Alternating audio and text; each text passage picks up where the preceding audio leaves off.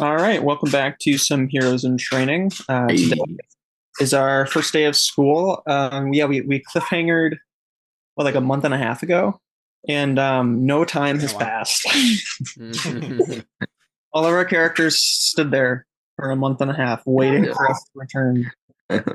Here we are. They're all starving to death. Yeah, we're all starving to death. Everyone has to pee. No, so Probably not. They haven't drank water in a month. yeah, for real. Uh, So I don't really don't feel like there's much recap that needs to be done because all of the like introduction for the school stuff um will be pretty nicely we'll come back around to all that really easily, and the teachers are all going to introduce their classes and whatnot. So I think for the most part we can just jump right in. Um do you guys want to give us a little bit of a re-intro to your guys' characters? Sure. Yeah. So, Palladium, aka John Daly, is a um. I mean, we're all teenagers, but my character is a little bit more like he goes to a private school still. He still has like a normal life. He has brown hair. He's pretty average height. He's the shortest of the three characters by 1 inch. I think we're all 1 inch shorter than the other. Oh, no. Bastion being the tallest, which he's Chinese, so I don't really know how that works. Um, but and yeah, so I, as a superhero, as Palladium, I have the ability to, I have like not magical, but like sentient um armor that I wear that I can use to absorb energy, the energy around me. Right now, I can absorb electricity, uh, heat, like thermal energy, and uh, what's it called? Kinetic energy when people hit the armor or I like slam into something. I can absorb a little of that if I try to, and that's Palladium. Voice. Yeah. Left wing, also known as Alan Newman, is a uh, delinquent who is in this program because of he's sort of thrust into it. I don't know if we talked about that or not, but We I think got a we applied. scene. Yeah, we saw a scene at the end of episode 1, the prologue. We right, did see the sequence of right, the van crashing or whatever it was. right. And so he sort of resents it a little bit in some ways, and appreciates it in others, at least the powers he appreciates. And he's sarcastic and kind of rude. He's the only one so far with a demerit. And he can swap things, the places of things, including whatever sort of X factor grants powers, so he can uh, sort of steal people's powers, not steal, like nullify people's powers for a while, at the cost of not being able to use his own. That's left wing. Then I'm Bastion. You're a turret, a robot turret. Yeah. Okay, cool. I camp in one spot and just shoot lead at people. And you're the worst. Yeah, he can manipulate carbon. He's originally from China, from my communist academia, and he's a pretty cool guy. He's a pretty cool guy. Is Jared super quiet for anybody else? He's always super quiet. Oh, okay. Maybe he's gonna switch around some mics. Caleb. I didn't automatically switch, my bad. There we go. Is that better? That's night and day. Yeah. Yeah, he's a pretty cool guy. Sorry, you missed my stunning introduction. I could hear it. It was just hard to hear. Yeah, it just wasn't as loud as you are now. Mhm. Okay, so with that being said, the last thing we got was just what's his name? Director Nolan. He was kind of introducing the school and classes and whatnot, and he dramatically said, "Your classes begin," and the elevator dinged, and you guys started heading down to the rescue class level. And so I'm going to get one scene as we kind of go down the elevator. Real quick before we do that, Connor, I want to show off real quick the tabletop thing I got set up here. Sweet. I did finally finish all of this, and I think I found some cool tokens to use for the team pool and the merits and demerits. Okay, cool. And whatnot. So here's our little tabletop tracker. We can start putting things down here. If a character gets influence over us, we can put their token on the influence tracker. If a character loses influence over us, who would normally have it, we can put it on there. Like if an adult suddenly loses influence over us, we can track it there. And then we have all the rankings right there. We got Sidekick, Specialist, Rising Hero, Rising Star, all that jazz. We can, once we meet a new character, we can put them on there so we can keep track of who's who.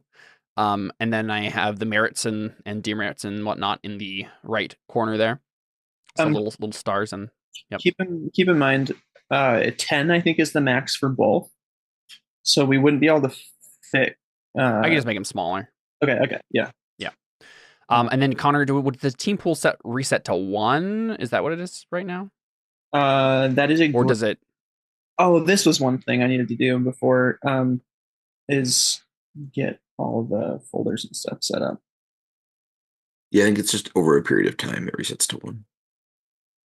I believe so.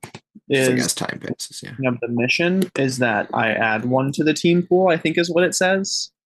So if there already is 1, it might go to 2. I'm not certain. Mm-hmm. Caleb, are you able to share with me the folders? I either have to do that or log into your account. I don't know your Google password. What folders? All of the heroes and training folders. Like with the images? No. I mean the PDFs. Masks. You mean masks? Oh, masks. Yeah. I was like, here's your yeah, it's our campaign. Yeah. Yes, I can reference those things. Oh, I think actually there is some reference stuff on in the frontier as well. Yeah, there's reference handouts as well. For anything super obvious. But I'll share the link with you. I think it's in peripheral moves. Actually, yeah. The GM adds a team to the pool at the start of every session. Okay. 18. Does it ever cool, we get 18 That's right. Does it ever reset and go away? Yeah, over time. Well, it resets to something over time, but I thought it reset to 1, so that's why I'm confused by that. Well, yeah. So this wouldn't reset to 1 right now because time hasn't passed. Whenever time passes, the GM will empty the team pool and restore it to 1 team. So but it hasn't. So we actually have 2 team right now. Then you should have 2 team. Yeah. Okay, that's strange. You, generally speaking, probably won't use team too much in this session, given the nature of. What are you talking about? We're gonna dominate. Yeah. I think it just means that we're not doing stuff together a lot, probably. Oh, I suppose. Jared, why are you drawing circles on your? Because I have influence over David, and he's purple. Why do you have to do circles that are halfway on and halfway off the bar? Because I was trying to move them without moving the sheet. Okay, gotcha. Yeah. Okay, so then also I tried to put all the tokens of all the characters on the start page. So if you need a reference for anything, go ahead and you can zoom up on whoever we're looking at, or you can also scroll through the character sheets too. But try to make that easy so you can see everyone at a glance. Okay, so with that being said, on the elevator down, let me know if there's someone in particular that you guys are going to try and talk to. But I'm assuming that the 3 of you probably are not separating in the elevator. You probably are standing near each other. I take it none of us know any of the other people real well yet. Exactly. So we're aware of a couple of them. We've met some of them. We're doing what kids do and kind of just congregate towards the people we know. Right. Yeah. So this guy, Iceblade, Let me. So Connor, I dragged those over to the other page, the little blank spot we have there, so we can just stay on this. Which one? This is in the middle. There's all the characters. The tabletop. So are we gonna be the cool kids group guys? Or are we gonna be like the jocks or like the nerds or I don't the, want the preps? Yeah, that's what I was thinking. Preps. That's probably what I am. Yeah. I mean, isn't there a special isn't delinquent one of the options? Oh yeah, delinquent. Yeah. Oh no, I don't want to be one of the delinquents. You're guilty by association. Sorry. Yeah. Caleb, what's the hotkey again? Oh, you probably don't know on Mac though. What are you looking for? I think B To is zoom in probably on the one? hottest key. No, Oh, to boy. like bring up somebody. I think it's Alt F4. I think that's the hottest key. Control Alt Delete. So on a Windows, it's you click on the token and you do Shift Z. But I can do it for you if you want me to. You highlight Ice Blade for me. To my. There we go. Actually, yeah. Oh, he's a hockey player. He's Yeah. buff. He's buff. Yeah. He is a jock. I guess so. So he comes up to the three of you. Do you want to give a quick audio description for the? Yeah, sure. We did. I mean, he's buff, right? Yeah, he's buff. Well, yeah, What else is there to know? that's true. He looks like a hockey player and he's buff. That's fair. Literally, yeah, that's basically what he looks like. But he's got it's not made of ice, but he has an ice-looking hockey stick blade, and he walks up to the three of you, and he kind of like puts his arm over you, left wing, I think. Okay. Something here. Sorry, I have a line written down, but I forgot to pull it up on the docs. Why didn't you tell us you had a boyfriend, left wing? Oh boy. Wait, did you actually say that? No. Okay. I might actually say it depending on. I'm filling. It's called filling for time for Connor while he figures. Yeah. He comes up to you, left wing, and he puts his arm around you. He says, "Hey, man. So, who do you think the hottest girl here is?" It's definitely that French chick, I think. Are there any fire people in this? There aren't, are there? No. Dang it. There are redheads though. Yeah. I think the French chick is at least an 8 out of 10. Yeah. Who are you? Sorry. What's going on? I'm Ice Blade. I'm the geometric hero. Like math? Geometry? I struggle at geometry. Maybe you could help me with my homework sometime. He kind of gives you he kind of squints at you like that's not how you treat Ice Blade. So what's your thing? What do you do? He's like, well, since you don't already know, I'll leave my powers a surprise for you. Are they ice related? Well, if you make blades out of ice, then it's not really a surprise. He gives you a little smirk. Well, I just figured I'd come and say hi, but Oh, well, hey, I'm left wing. This is Bastion. That's Paragon, right? Sorry, real life forgetting. Palladium. Okay. you totally need to say that. No, it's not Paragon. It's predecessor. Sorry. Yeah, right. That's Palladium. Yeah, and I have been zoning out, so I don't think not Caleb, but Palladium. And so I think he sorry, what? This is Ice Knife. Yeah, I think he just kind of squints at the three of you and he says, "Hey, listen. Just because you guys got those little gold stars, don't think that you're better than me. Got it?" It's the little eye that makes me think I'm better than you, but I mean, don't worry about it. I'm just kidding. I roll my eyes behind Bastion and left wing. Yeah, I think he just kind of carefully shuffles his way out of near you guys in the probably crowded elevator. Yeah. Sorry, what was he saying? He said the something girl is the hottest, and I couldn't catch what he was saying. The French. French? It was French? I assume that's reflection. Yep, that's reflection. Yeah. So as he leaves, I tap him on the shoulder and loud enough for other people in the elevator to say, like, go look at the French girl. He smiles and like looks at reflection and smiles big at her and like winks. This guy's yucky.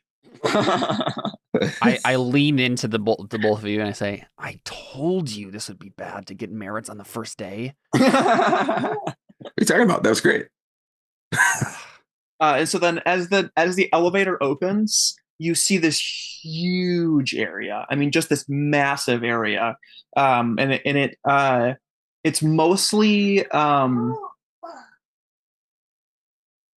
actually no, I think it's probably it's like mostly like barren. It looks like there's just like a bunch of like metallic and mechanical like contraptions and whatnot, like kind of sparsed throughout the area. There's like some divots and inlets, and it just kind of looks like a really weird metallic jungle playground. Sick. And I think the teachers probably just came down a different elevator, and it opens up. Faculty elevator. Yeah, the faculty elevator, and Duplicity, your guys's rescue class teacher. I'll highlight her if I can here. There we go. Did that do it? No, it didn't. Must be a different keybind. There we go. Hey. She kind of like walks up in front of you guys to like introduce you to the area, and there's people in that fire. There aren't actually anybody in the fire. I know. As she smiles beatifically. Yeah. She's like, this is great. This is fine. She says, welcome to your high stakes evacuations and crisis management class. I have one of those every time I go to the bathroom right now. and I look at you left wing, I'm like, left wing, be quiet, please. She says, over 1 million square feet of virtual city in danger. Oh, and she presses the button. And the whole place, like there's like a digital overlay that like a hologram. Kind of like a hologram, just kind of like appears over all of these things. And it turns into this vast like city that's on fire, and it's got like different burning cars and like collapsing buildings, and the car's on fire. Just all sorts of different things, but it's this big city that looks like it's been attacked. So not to be this guy again, I'm curious. So if like a building is, just for when we do this, when it's crumbling, is it just like look like it's crumbling, or is there actual? So there's no physical material. Yes and no. Moving? Like obviously there's like the jungle gym mesh and stuff, but like if something breaks, it's not actually breaking, right? Yes and no. Oh, So it's not actually breaking. No. Okay, so this is all 2001. Where did we get this? Superheroes. Yep. Aliens. Oh yeah, maybe. Well, that's to the next line. As she says, cool. design. Sorry, I was curious. No, you're fine. No, that was an important question. So like all the mechanical contraptions and whatnot are the crumbling, right? So like it mimics the crumbling of the building as it's. Okay, interesting. Gotcha. That's how it functions. And cool. She says the technology was designed by the one and only Omnimorph. And there are I feel like we're gonna hear that a lot. That need to be saved. Wait, say that again. I said I feel like we're gonna hear that a lot. Yes, you are. Yeah. Sorry. Dirty civilians. There are around 30 civilians that need to be saved. Everyone needs to save one to pass today's class and get a gold star. And Quantum Quill kind of like raises her hand. She says, sorry, aren't the gold stars for exceeding expectations? Not, I don't know, just something simple like saving a civilian. We've all saved. Sorry, teacher, do we have homework? Sorry, what?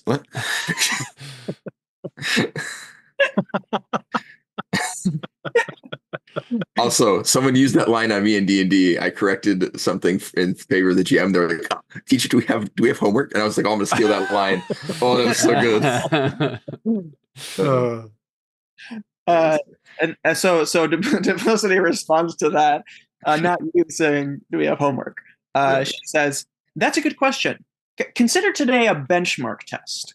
We're here to see where you're at, and this isn't just a simple civilian in danger. It's more complicated than that." Does that answer your question? And Quantum Quill just kind of shrugs. Bastion raises a hand. Oh yeah, go ahead. Bastion. Are the test dummies real people here? The test dummies are actually, well, they're me. She's saying she's a dummy. I'm confused. Okay, he takes a second, and then he gets it, and then he's just like a big sigh of relief, like, oh. So if you like look closely, Bastion, after you ask that, if you look closely, you can see little people like as in the city, and they're like waving their arms frantically, and you can hear now that she said that, you can hear one going like, "Help, help." They sound like her, I assume. What's that? They sound like her, I assume. Yeah. Yep. And she says, so unless somebody else has a question, she's just basically going to start the class. Yeah, I have a question. Yeah. So are your clones like real people that you're lighting on fire? Or is this like they have feelings? Well, that might help to motivate you, wouldn't it? Well, no, it's terrifying a little bit that you're lighting them on fire. No, there's not anybody on fire. Are you just creating sentient versions of you that you're torturing? Exactly. I know. Don't worry, I had them all sign a waiver. Yeah, that's right. Yeah, I told them it was their birth certificate, but all right. I guess here we go. And do be careful when I say city in danger. Just beware of falling debris. And we're starting now. Do I know any of these people's powers? You know some of them. You know Flutter has wind powers. You know Quantum Quill has telekinetic powers. You know Emoticon's powers, but you haven't really met him. Do I know what Polar Shield can do? No. Okay, sorry. I meant to mute myself, not unmute. Okay. I slap you on the back as I'm running, as I just book it, just in case you want mine. Bastion slaps you on the back just in case you want his, as he books it the second she says go. He's used to this trick. I can't actually take your power. I can just mimic it. I can just shut it down. So yeah, but so if you take someone's power, they can't use it. So what happens is I swap my my dud soul for theirs, and so they get a power that doesn't work, and I get their or I guess that's how it works. We switch our souls or whatever. That's how he sees it, and neither of us can use each other's powers. So I'll also lose my power when I do it. But okay, I don't think Bastion understands that, so he still does.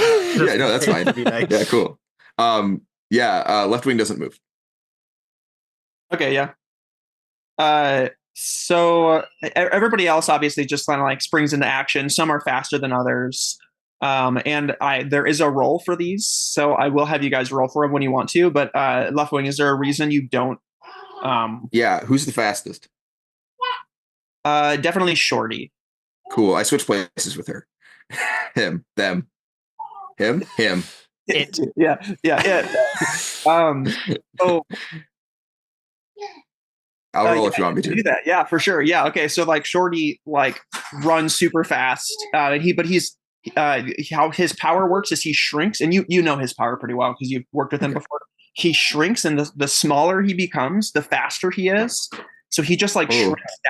That's terrifying. And runs across the map, and then gets bigger, gets normal sized to when he's near one of the civilians. And then, you just swap places. Well, I want to teleport him while he's still little because it'll be easier for me. This is small. Sure, yeah. Or actually, wait, maybe that wasn't it. Maybe it was the closer they are in mass. Yeah. What? Okay, so I wait till he unshrinks, and then you swap places. Yeah. So. Yeah. Real quick, everybody, make sure that so Connor's mic gets cut off when we're talking. So we'll try to notice that. Be careful with that. Yeah. So otherwise, we won't really hear anything he has to say. Yeah, it's not like he has an important role or anything. It's okay. Is my when we talk, you cut out because you have it on the laptop mic. Anytime some other sound is happening, it'll do that. What do you say? If only this Mac had a USB port. I know. Wouldn't that be nice? Okay. All right. Where were we? Oh, yeah. Okay. So you switch places with them. You've done stuff like this before. I'm just gonna you switch places with them, and depending on the role. If I failed this, it's gonna be really dumb because I'm just gonna stand there. Yeah. No. It's perfect flavor for the situation. The actual role is, do you do well in the class or not? Right. Yeah. Which I will copy and paste right now into our chat of what the role is.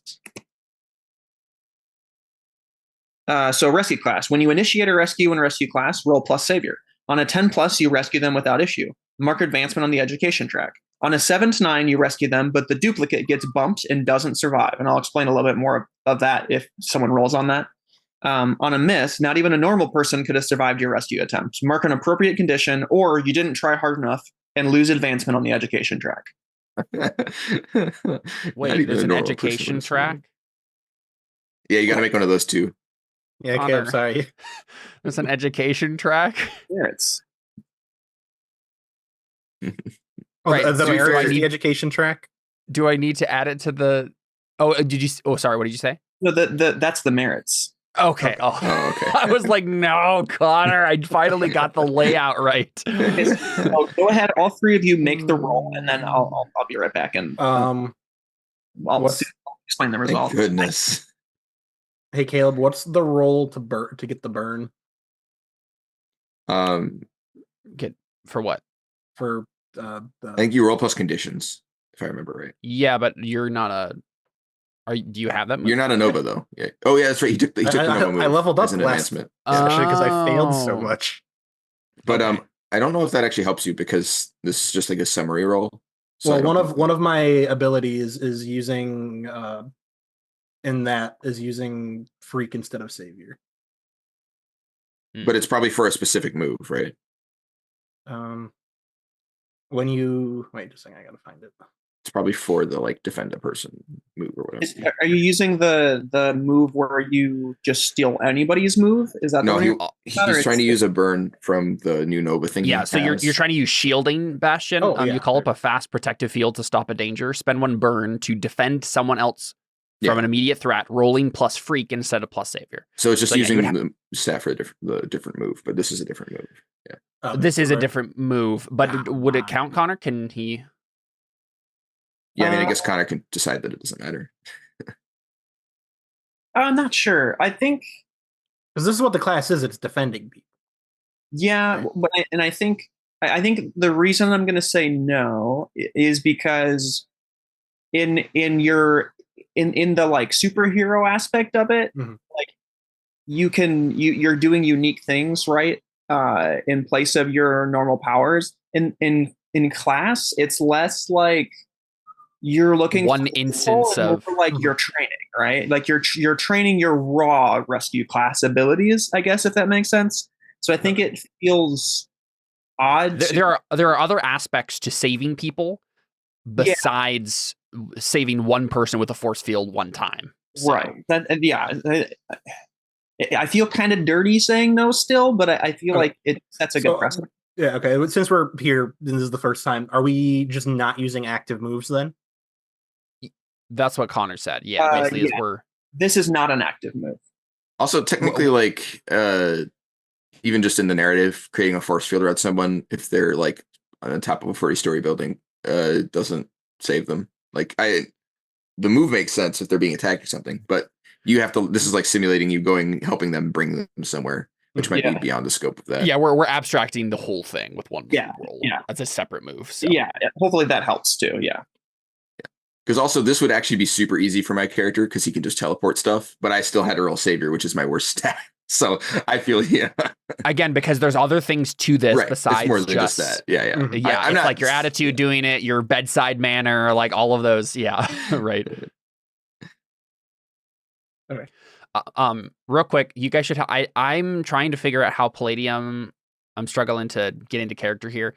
How Palladium would go about doing this, or like whether or not, like during that monologue, whether or not he was like paying attention, whether he was distracted, whether he like, What would you be distracted about?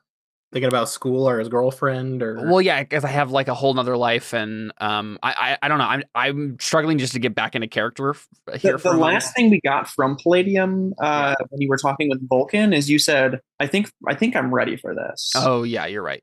You're feeling confident today, I think. Okay, yeah. So I think one of the reasons I haven't said a lot up to this point is just I'm dead focused on like what is going to happen here. So you're also protecting people's like your jam. So yeah, I'm one of the first people. Oh no, did I change it last time? I don't think so. I think you're still on Savior. No, okay, my Savior is still 3. Okay, good. Yeah.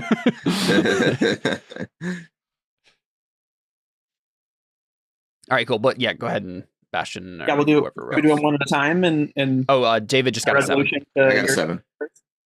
Okay, so on a 7 to 9, you rescue them, but the duplicate gets bumped and doesn't survive.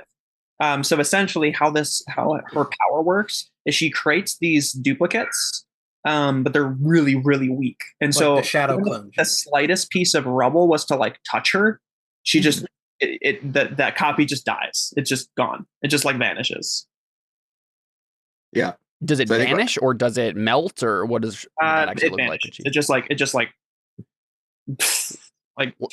what happens is like I go to teleport one of them down to like where I am, and then I'm like just gonna swap places with something else, get back down to them, and like just the momentum of landing on the ground from teleporting them, he just disappears. So I turn around, I'm like, what the heck? Yeah, like super light fall, but yeah, just completely gone. Yeah, it's like, what the heck? I like the idea that the simulation is such as just like you're not allowed to get them hurt at all, otherwise you just fail. Whereas like if he's like, yes, you could do this sloppily in real life, but the goal of the class is to do it perfectly. Exactly. Yep. And her power is literally perfect for it. Okay, so we pan over to Left Wing, right? He's just like, what the heck? And we see that moment, but then we'll cut over to either Palladium or Bastion, whoever wants to roll first. You can go ahead, Bastion. You already had an idea, so. Well, yeah. I'll roll first, and we'll see what the idea is. That's right. Although the fact that you can make force fields would be really useful now that we know they die instantly. Yeah. In a stiff breeze. Is there a situational bonus / penalty? Oof. Oh no. Too bad there isn't. Okay, so mark an appropriate condition, or you didn't try hard enough and lose advancement on the education track. Do conditions clear after long rests? They have triggers that you have to engage in to clear them. Okay. I was just curious if the long rest cleared. I think if time passes enough, they can clear of their own volition, but most of the time you have to do the specific trigger to clear them. And no time has passed from this session since last session. Okay. I guess I'll do guilty because I already have angry marked. Okay, sure, yeah. What part of that makes you feel guilty? I guess. Do you like? Does he think? I think he has he obviously kills a clone or two, trying to unleash his powers, and he kind of has like a flashback to MCA. Yeah. They used real people in similar situations to this. That's. I don't think they necessarily had like a save people class, but yeah. Okay, yeah. So, maybe it was a kidnap people class. I think we'll get one where it's like an exploding car.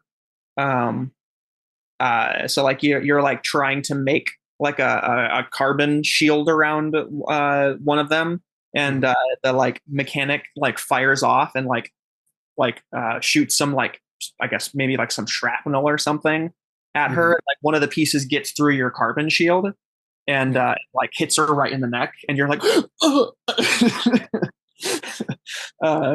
and probably something similar happens for a different one because there are I think around 2 for each person. So we each get 2 tries. Yeah, you each get before we try stealing from other people.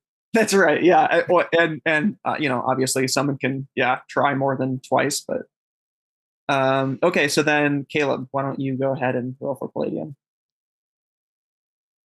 Yeah, and I think I'm imagining, just because it's stuck in my head, the Helldivers theme starting to play as I put on my right, because my bracelet starts to like expand our Iron Man style into like my suit of armor, right?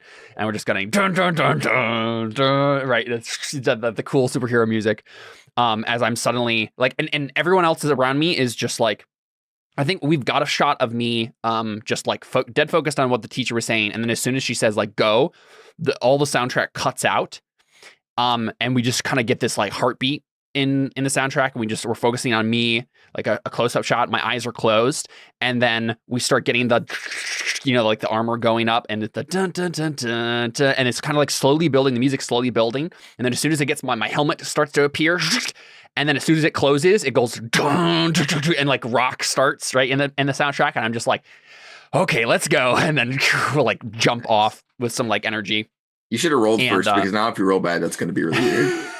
I have a +3. I'm pretty confident in this. Right. Also, if he rolls bad, it's because he stood there for like 2 minutes. we just see him from somebody else's perspective. He's going. Yeah, that's right. He's rocking out. You're like, oh. I'm confident. No! Are you kidding me? Oh, That's amazing. Snake eyes. That's what you get for being confident. That's so funny. No. Hey, why? Let's take away from this. Obviously, Left Wing is the only person in our group good at saving people. Can I use team? Like, you can spend team selfishly, but it just lets you shift your labels, and you can't go above 3. Yeah, and you need 2. Dang. Although I think nobody's helping you, right? I mean, that's what I'm wondering, right? Like, because here, this is what I'm imagining. We all have failed in different ways. Me and I think what partially succeed. Right. Can I make a sacrifice of some sort to help Caleb? Well, here, let me frame this for us. I think what happens is, right, we're all failing this, right? I'm ready to go. I'm like, we got to do this, and I just can't do it on my own, right? Like, I'm used to working with my other team members, and we're all very unfamiliar with this, but I would like to see a moment where we're looking around, right, and we're realizing, oh man, we're all failing individually, and then like so I reach out for someone who's falling, and like I miss, and they fall on the ground and disappear, and I'm like, oh man, like I can't do this, like what's going on? And then I like look over at the other 2, and I'm like, we need to work together as a team. Yeah. That's actually cool. Yeah. Right. Maybe we have like Left Wing shows up next to Bastion. He's like, I can't teleport them. They're too fragile. You should put your shield around one, and then I'll teleport it, and it won't die. And then I assume that there's a reason that didn't work for you, right? What was it? I don't remember. For me? For him. No, for PTSD. He kind of like shakes out of his 1,000-yard stare. He's like, yeah, let's do it together. Okay. So we have to. Point lands next to you guys, and it's like, hey, we need to work together. Yeah.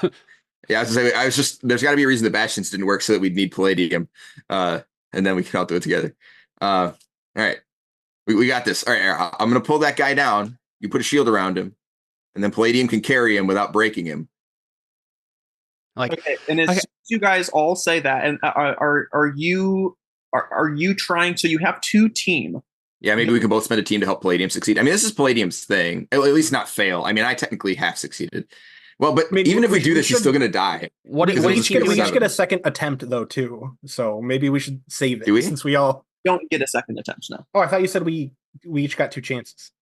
In not two roles. In narrative, right? In the narrative, there are about 2 Oh. civilians per person. Okay. And so So does team get a +1? Gives a +1. If you guys both want to spend team, then Palladium just doesn't have to mark a condition or mark down the advancement track. Yeah. But, really You funny. You should give us. You should give us one more roll. We failed ours, but we're gonna steal from others. No. The scene is gonna be better. Wait, no, I can cheat. How do I cheat? No. Left wing, don't you dare. The roles have already defined the narrative. So if you Sure. spend team, you can change it so that Palladium can rescue one, but it still gets bumps.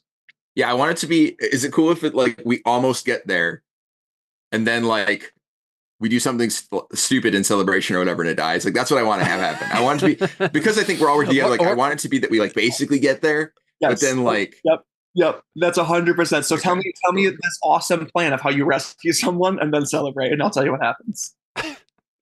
does that sound good? You guys were like Bastion puts a shield around him, I teleport him down, and then Palladium can carry him without breaking That him. makes sense. Yeah. Like have him in like a force bubble. Cool. All right.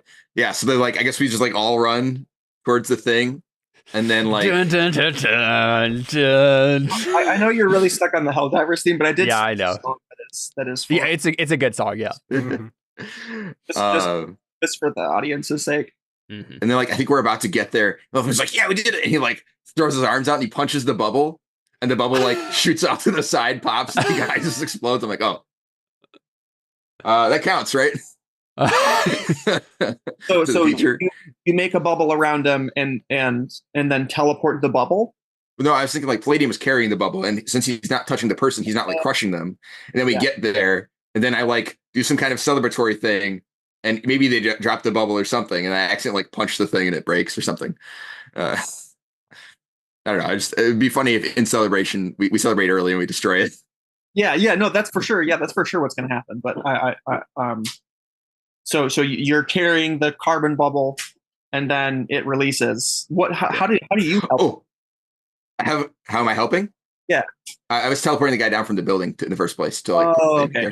Yeah. My idea is that I high five Bastion and I break his concentration and the bubble pops. And then he just like. And then I try to like try to catch. Jump and scoop the person, and I like slam into them instead, and then crater. And we just land right in front of the teacher. Butterfingers him. Yeah. Okay, as soon as that duplicity clone vanishes, there's like a buzzer noise. And I look at duplicity. I'm like, that counts, right? and she looks at you guys and then looks over at the like starting area, and there are 4 people standing there with like civilians that made it, and she's like, no, it doesn't count. Sorry. Yeah, I stand up defeated. I left wing. Take one of theirs right now. Cheat. I swap places with one of the people in the winning circle. After she just directly looked at you failing. Yeah. Who are the 4 people? Maybe it's more than 4 people. Oh no, it's 4 people. Okay, sorry. It's Polar Shield. Okay. So they're with the shield. Mist, completely made of water. Oticon, Heartbeat's Sun, and Thunder. Which one's Thunder?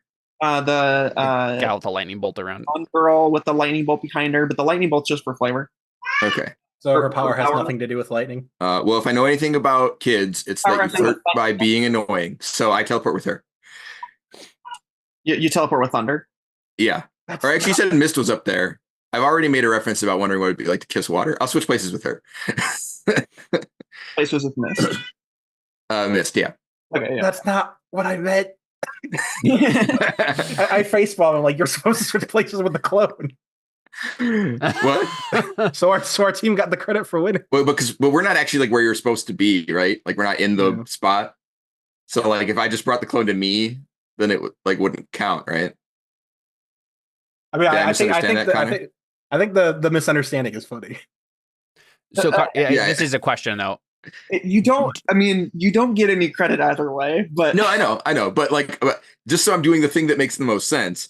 I'm not where you're supposed to be, right? So I would want to switch places with them, not the clone where I am. Okay, yeah, that's what I thought. Okay, then I do that, and then I look at the teacher, and I'm like, and Simplicity goes, no, still.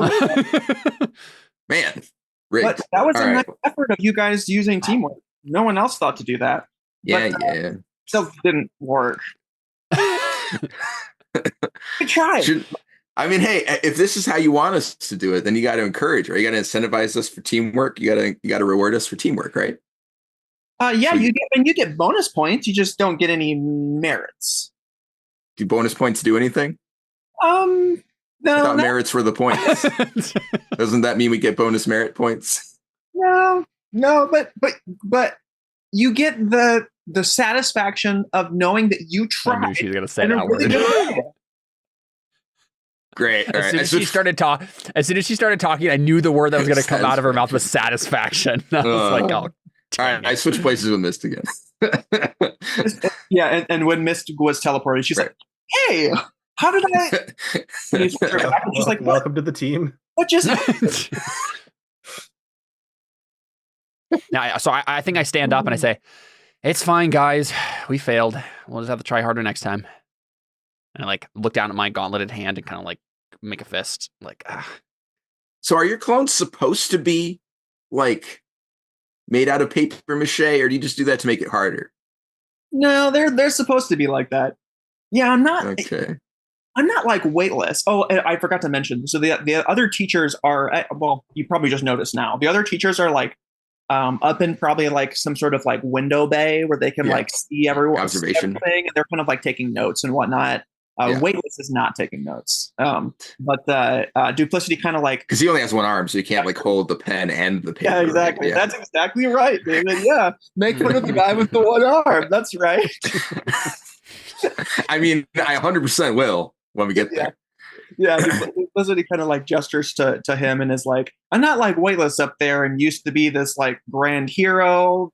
My power isn't really useful outside of teaching, but it's perfect for this. You see, I can make these clones, but well, they're really dumb and really fragile, so they're not useful really except for like distractions." I've been to some missions before, but when she like makes a copy and literally the copy is like, hey, right. Listen, hey. Yeah, that's definitely what I was imagining now when you mentioned that. It's just like some the duplicate randomly out in the thing, and there's still one out there, just somebody be like, hello. Hello. That's funny. Oh man, there's still one out there. We can still win. Yeah, right. I guess you could clean a place really fast. I don't know. All right, cool. I was just curious. Yeah. So she says, "Well, good work, Mist, Thunder, Polar Shield, Emoticon. You guys all get a gold star today. Now that's enough for this class today. That's the benchmark. It's a tough benchmark to make to reach, but trust me, these next few classes that I give you, will help you get up. Will help you all get up to speed fast." Yeah. Next time the class is going to involve teaching, right? So that we know what we're doing. Yeah, exactly. Okay, I just wanted to make sure. Apparently, we were taking the exam before the class actually started. Yeah, this is when the math teacher hands out a thing. They're like, "Don't worry, it's not graded. We just want to know what you know." And then you're like, "Oh yeah, sure, it's not graded." Okay. Does anyone get a demerit? I don't think so. That wasn't on the thing. I don't think. No, that wasn't. You can choose to take a condition or lose advancement on the education check, which I don't know if that means you lose a star or gain a demerit. Well, it depends on if you have a star or not, but yeah, you lose a star. Would blowing up the rest of the city in anger be enough to clear my condition? That is 1 million square feet, so there's no way that's going to happen. 1 million square feet? That's huge. Well, so I assume it scrolls, right? Like, there's not 1 million square feet in the room. Yes. There is 1 million square feet in the room. There is 1 million square feet of city jungle playground. Okay, not the whole thing, but like part of it. That's so much space. Yes. That's 22 acres, almost 23 acres yes. in a building. Yes. How does the building not collapse? Underground? Isn't it underground? Yeah, it's underground. The ground can collapse too. That's called a cave-in. There's a what's it called? There's stability. There. All right. What's Pillars? what's the word? Pillars? Supporting Columns, structures. pillars. Yeah, there's support beams. and whatnot. Beams. Yeah. I right. break one of the support beams in anger. Hey, I'm Kill also angry. I everyone. also break a support beam. I also break a support. I haven't been acting very angry, but my character sheet says I'm angry. So Me too. also guilty. When the cave-in happens, I'll sacrifice myself to absolve my guilt. There you go. Hey, can I unmark guilty for making a sacrifice to absolve my guilt? Because I mean, I assume we were only going to help Palladium pass there. We were still, well, actually, technically, I guess I passed. Never mind. That wouldn't have been much of a sacrifice. I could have passed, but I sacrificed the ability to pass to help Palladium. Well, you guys, nobody passed. Well, I didn't mean pass. I mean didn't fail. Right? Like we got the 7. I think I deserve a punishment for failing. You took a condition. Oh yeah, I guess I did. Yeah. You marked the guilty condition. Yeah. Yeah. I already forgot. I guess if the teacher sees that you feel bad, they don't give you a demerit. I got Because it's that or you get a bad grade, which I think is hilarious. You only get a bad grade if you don't try hard. So either it's okay. you tried hard and then got hard, or you didn't try hard. Try hard and you fail. Okay, that's fair. Yeah, the opposite of real school. Well, to be fair, this is a lot less about like, can you tell me what 2 + 2 equals, and a lot more like, if you go to save people, will they die? So I feel like trying hard is more important. Having a good attitude, all that. Okay, so she gestures to the elevator and says, "All right, next floor has both the economic morality and laws of superheroes class and crafting heroic image for the public eye." Oh no, Go not ahead. economics. Oof. So yeah, what you're go ahead saying and is go nap down. And time. Patrick Summer will meet you down there. Take a right. And she I goes, don't know how your confounded dollar works. and so as you guys are kind of walking towards the elevator, Shorty and DJ both come up to you guys. Shorty just kind of like basically appears next to you because he grows in size. Yeah. He's like, I guys, do that. Is he mad at David for? Does he know that it was me? Oh, he knows it was you, but not Okay. Okay, that's good. He's like, hey, that was a pretty cool trick there, Left Wing. Luckily, I still reached at least 4 other civilians, but they all died because of the force of impact. Yeah, they're very fragile. Look, I know nothing personal. You're just really fast, so that's the only reason I picked you. No, nothing against. Oh yeah, I'm not gonna take it personal. Yeah. Okay, good, cool. And I think I say that's actually a good strategy if we were going to team up later. Have you run to a place the Left Wing needs to be, and then you can switch with you. That's exactly. True. Yes. Yeah, guys, I heard that they're going to be making the teams, based off of our performance. So, I figured we should, stick together. Wait, based on our performance, does that mean they're going to take all the best people and make one really overpowered team out of them? I don't know. I mean, all right, that'd be pretty lame. Unless we're the overpowered team, then I guess it's fine. But and as a reminder for the audience, Yeah. Shorty is a guy he looks like he's a redhead, and he's, I assume, short. he can make himself short. I don't know how short he is normally. He does make himself short. Is he normally short? He's not. like- He's more of like a strawberry blonde, like a dirty blonde, strawberry blonde. Is he short? No, Normally? he's like. I mean, he's probably short. Yeah, I mean, he's probably like 5'5" or something like that. But he's not, like inhumanly short. Like when he's Yeah. Right. Yeah. Who was the other person who walked up? a DJ, another guy that so Shorty's mentor is sorry, forget now. Not. Who is it? It looks like DJ shirt is Botanist. Are you sure he's rich? Shorty and botanist. It's botanist. Oh, that's right. Yeah. And then it's DJ and Omnimorph. Yeah. Okay.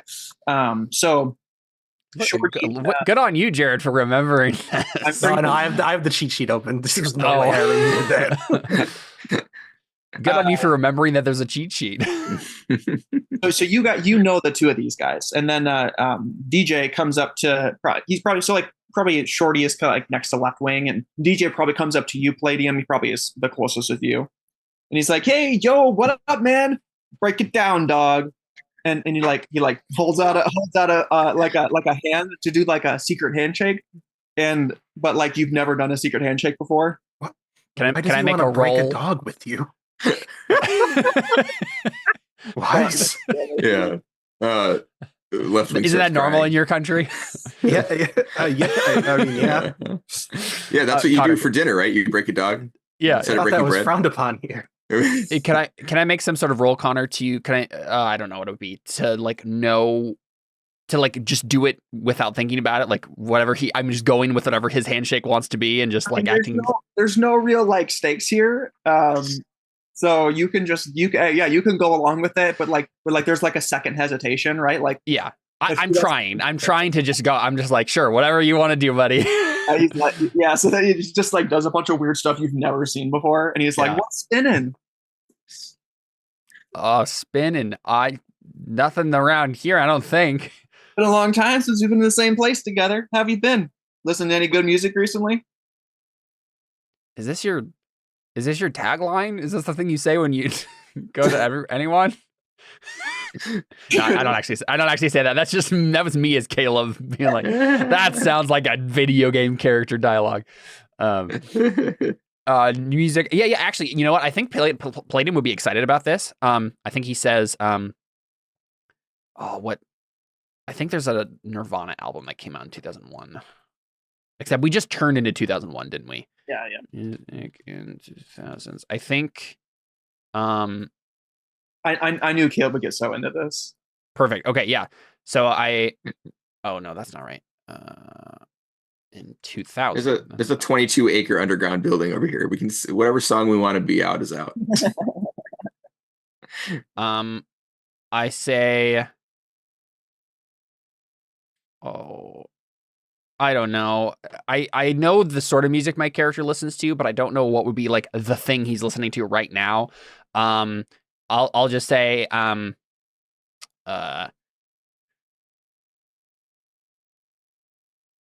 wait, let me look. I'm gonna go one more thing. I knew Caleb. It's been like 5 minutes. Give me a second. Trying to get this song, like the perfect album. And so you set that up to happen? Yes, I did, because I knew Caleb would really enjoy it. I have like a big list of music that my character listens to, but I was trying to think of like what. Oh yeah. And I probably should have had like a series of, like an album he's listening to right now that like just came out. But I'll just say, just. I'll just listen. Right now, I'm really into. I'm really getting back into the Pixies. You familiar? Super weird rock band. Nope. Never heard of the Pixies. That's fine. But anyway, yeah. So how about that? How about that rescue class? I mean, man, my technomancy couldn't seem to figure out how to save anybody. Just stop them from dying immediately, I guess. Yeah, I guess none of the Duplicity's clones had pagers on them, huh? What? I don't know. I don't really know how your ability works, but you probably would have been easier if they had technology on them, right? No, not really. I mean, maybe a little bit. Okay, yeah. Here, got a question for you about your technomancy. What kind of technology can you use it on? Any technology. I hold up my gauntleted hand. Like, what do you think the pager was going to do for him? I don't know. I guess I assumed you could like control it like it was a transformer or something, and like turn it into a robot. Maybe carry him away. Do you think they can teach me how to do that? I don't know if Duplicity can teach you how to do that, but maybe someone can. Sweet. Well, probably not in the next class. So real quick, I was saying something before. He says any technology, and I held up my gauntleted hand. Oh yeah, probably not, because I don't think it's not really technology. right? Again, that depends on what you mean, what technology means, right? It's silicone chips? Is it? Yeah. Technically, a hammer is technology. Right, exactly. Yeah, so I bet he's like, dude, we've never tried that before. We should totally try that sometime. I'll try and If we if we do a team up, then yeah, sure. Yeah, for real, dude, that would be awesome. Wait, did he say we should try to talk to it? Yeah, because he knows that it talks. As in, I don't think so. I think that's something I keep secret. That's why I was wondering. I was like, I thought he would. I thought that's just the way he talks about his technology, and so I was like, oh yeah, I'll talk to it. Yep. Yeah, no, he's probably just like, I mean, that is how he does it, though, kind of. Right. Like, that's what I was wondering. Yeah. He's so the machine whisperer. Yeah, so we'll just keep the line. Yeah, he's like totally trying to talk. We get a minute where you're like, what do you mean talk to it? Like, how do you know that? Right. He's Exactly. Like, yeah. Get close to zoom up. He's like, what do you mean talk to it? Well, I don't look that suspicious, but I just, my eyes widen a little bit and I just say, yeah, talk to it. Why would we do that? That'd be weird. Yeah. Stop trying to make my character more incompetent, David. But yeah, I don't really have a whole lot else to say at that point. I'm being polite mainly, and I want to I don't want to alienate people. I'm really conscious of the fact that we all got merits, and I don't want people to be like, oh, they're the kids who won't talk to anybody, and there's two they're all better than us. But I also don't want to let people leech on us because we're the pop. Apparently, other people have merits. Well, yeah, they just got a bunch of people just got merits for them. Yeah, and that's good. That's good. I'm glad that happened. But I want to make sure this conversation that any interaction I'm having right now is just like middle of the road, like. Right. Yeah. Yeah. I just don't understand 90% of the things that come out of DJ's mouth. Yeah. Left Wing is hanging on Bastion's shoulder, openly weeping out of laughter because that exchange was so funny. Break a dog. Yeah. Oh god. So I think Shorty probably disappears and comes up to the right of you, Bastion, and he's like, "Hey man, you still broody and quiet type?" What? I'm not broody, am I? Is he self-conscious about that? Also, what does broody mean? I think he understands what that means. Yeah. He just doesn't understand terms of phrase and yeah, weird euphemisms and stuff. Yeah. Mm-hmm. He turns to left to me. I'm like, am I broody? No, man, you're chill. The best part is it's normally you'd be asking that because I'm not actually broody, am I? But instead it's what does broody mean? No, you're chill. Shorty kind of gives you a really. Are you still short? Whoa, dang! I'm sorry. That was rude. That was below the belt there, Bastion. That was rude. I'm below sorry. the belt. I get it because I'm short. No, it's because your nads are below your belt. You know the Turner phrase. I get why Bastion doesn't understand it sometimes. Guys, I think we're about to get into our next class here. Yeah, didn't you hear? It's economics. I heard take a nap. So I don't know. I look back and I'm like, what are you talking about? This is important stuff. Yeah, for nerds and accountants, which I guess are the same thing. So, not us. So I think the elevator door opens. You probably been on the elevator, and elevator door opens. Yeah. And you walk into the classroom, take your seats, and Patrick Lemerick, what's up, bud? Patrick Lemerick walks into the room. Yeah. Oh, wave to you. It doesn't wave to me. I'm trying to get his attention for 30 seconds. Oh, I didn't have it full screen. Oh, his name is Lemerick. Yes, his last name is Lemerick. Is he speaking limericks? No. To make that joke. He walks in the room and so I explain the room. The room is like a classroom with a chalkboard. The other person had a 22-acre room and he has a chalkboard. Yes, normal looking classroom with a chalkboard. Someone got the short end of the budget. Sorry, I didn't interrupt. and he walks in and he says, "Hello, my name is Patrick Lemerick," and he grabs the chalk and he like that spelled P Oh my gosh. A T. I look at Bastion and I go, and he is like he's like very slow and deliberate with the strokes. Like he's like super. Let me turn it this way. like Monk. Yes, like Monk. Yes, he's like very careful with it. I had to skip that scene because it hurt my soul. Because he says, "What do you guys know about the current state of economic morality and the laws of superheroes?" You say morality?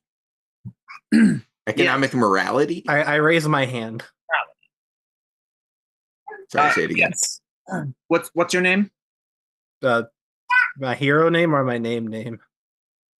Whichever you'd prefer. Bastion. Tiddlywinks.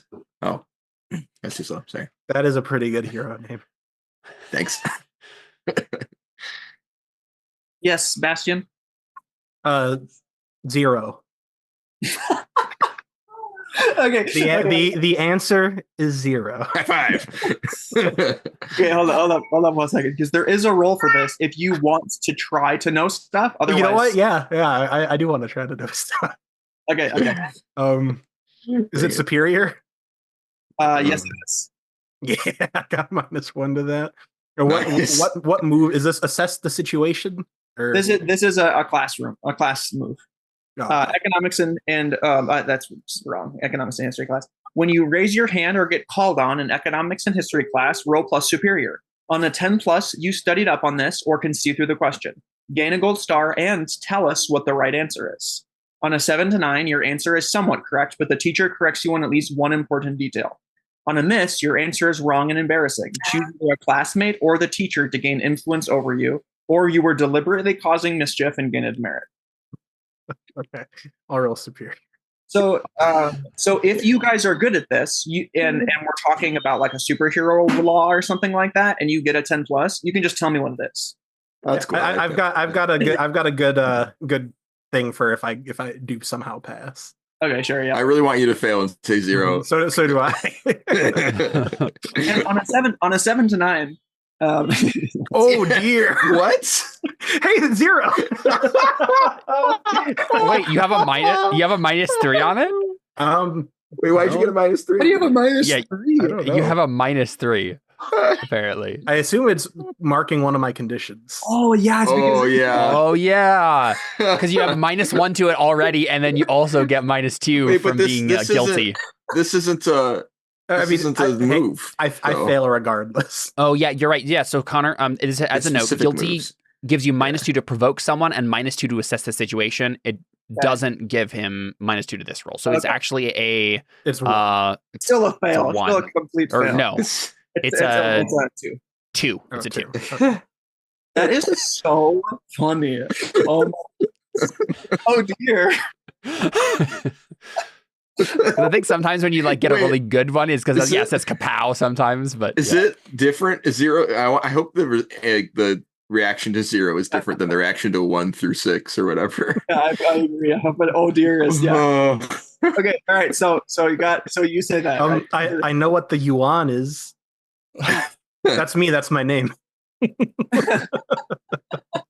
Lefton gives you a high five. I didn't realize that when I was making the character that yuan is the currency in China, but it's also my name. That's hilarious. Oh my gosh, you're literally money. I give you a high five. He seems unimpressed, but just kind of moves on. He says, "Anybody else want to share?" No. What was the question? What do you know about economics and all? Oh. Like, what do you already know about economics and the economics and morality and the history of superheroes? I think I'd probably raise my hand. This is one of the things I want to be good at is, well, I guess I'm not going to have before I actually do this, let me look at my superior.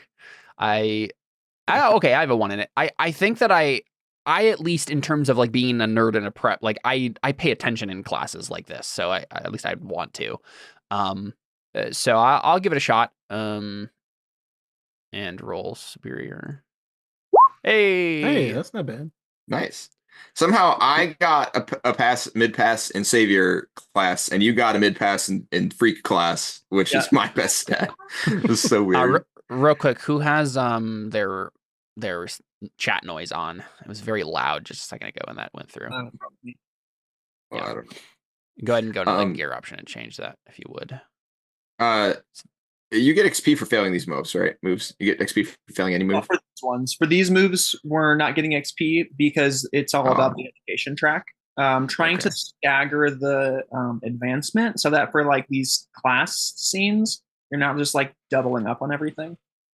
Yep. Because I feel like we're gonna have to stretch out the like I'm already worried about it, how far advanced it's gonna be. This is kind of helpful for me to like allow you to advance on the education track instead of the other stuff.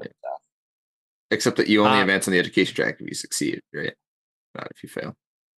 Yes. Okay. Yeah, but if you fail, you might get a demerit or lose a star, that's what's being tracked with these rolls as opposed to regular XP stuff. So I guess. Yeah. Okay. So out of 7 to 9, the answer is somewhat correct, but the teacher corrects you on at least one important detail. Yeah. I don't really know exactly what he's looking for because I am not a character in this world, but I would give a satisfactory answer that is missing one important detail, right? Whatever that would be. Tell me something about your superhero sidekick laws, like the different like levels of like how far away and stuff you need to be depending on the level of threats. That's new stuff. So a lot of what he's going to be going over just in this class is kind of like a breakdown of what some of the new things are. But what is what about like property damage stuff? Yeah, is that covered in this? Okay. Yeah, so maybe I spout some numbers about what we're insured for as superheroes or something, right? Like we're insured up to this amount, but there are a couple of exceptions to that, and here they are. That's I did manage to look up some of this on property laws before I came to class today. Why do you know that? That's so funny. Because we're going to school for this stuff. Yeah, man, this is the first day of class. My head. I'm just holding my head confused. Yeah. You're supposed to learn this stuff in class, not out. So one of the reasons that Palladium specifically would have kept up on this is because his girlfriend's dad is a senator, and he probably passed a law about this sort of stuff or tried to oppose a law about this stuff or something, and so I was following that stuff. He says correct, but let me ask you follow up to that. What is more valuable, a person's life or his car? Obvious answer, right? Well, it depends on who you ask. Depends on the car, I suppose, right? How about a person's life or his research station? Well, according to him, his whole life's work is in the building, and he wants to risk his life to save it. Why? Because it's his property, and he can choose to do what he wants with it. But there's more to it there, isn't it? Isn't he then valuing his work over his life? Sure, yeah, things have subjective value. I thought we were just talking about insurance rates. See, my class is named, and he starts writing it on the board. Oh, gosh. Economical morality and... It would just be economic morality. Why did he have the O? Superheroes. How about don't take bribes? I think that's right. That's the economic morality of superheroes. How about a person's life or a skyscraper? How many people are in the skyscraper? What's that? How many people are in the skyscraper? Is this left wing actually answering and triggering the move? I already failed it. Isn't that like? You did. Isn't that like the trolley question? Do you let it hit? That's superior, David. Yeah, I failed on superior. Yeah. Wait, sorry. What did you say, Connor? You rolled freak instead of superior. Oh. I don't know how. Oh, yes. I used to have higher superior and it changed, and so that's why I thought that was the one. All right, cool. Maybe I'll pass. No. Even worse. Oh wait, why did I get a penalty to that? Oh, I have a okay. I actually got a 7. I'm guilty or whatever. I don't know. Oh yeah. So I also got a penalty to that I shouldn't have. Yep. Oh, Okay, so I got a 7. Yeah. So So that's how many people are in the building? Skyscraper. Yeah, how many people are in the skyscraper? He says none. Oh. Well, I mean, what's more valuable? I mean, you're talking about in dollars or in like general? You see, obviously a person costs less money than a skyscraper, but like what you'll be learning in my class is that people's lives also have value. But we can't measure their lives in moral value always. People's lives also have economical value. Thus, we have to know what that value is. It's exactly $26,353. We're not selling them on the black market for organs. Oh, God, dang it. That's the one thing I remember from. Never mind. The one thing I remember. Yeah, the version of this class in the My Communist Academy is that sort of thing. It's how much can you get for them on the black market when you sell their organs. Yeah. He says, we need to save as many lives as possible, yes, but we also have to weigh the economical value of the things people produce. If someone told me that I either had to die or have all of my students' knowledge be erased from their memories, I would gladly give my life.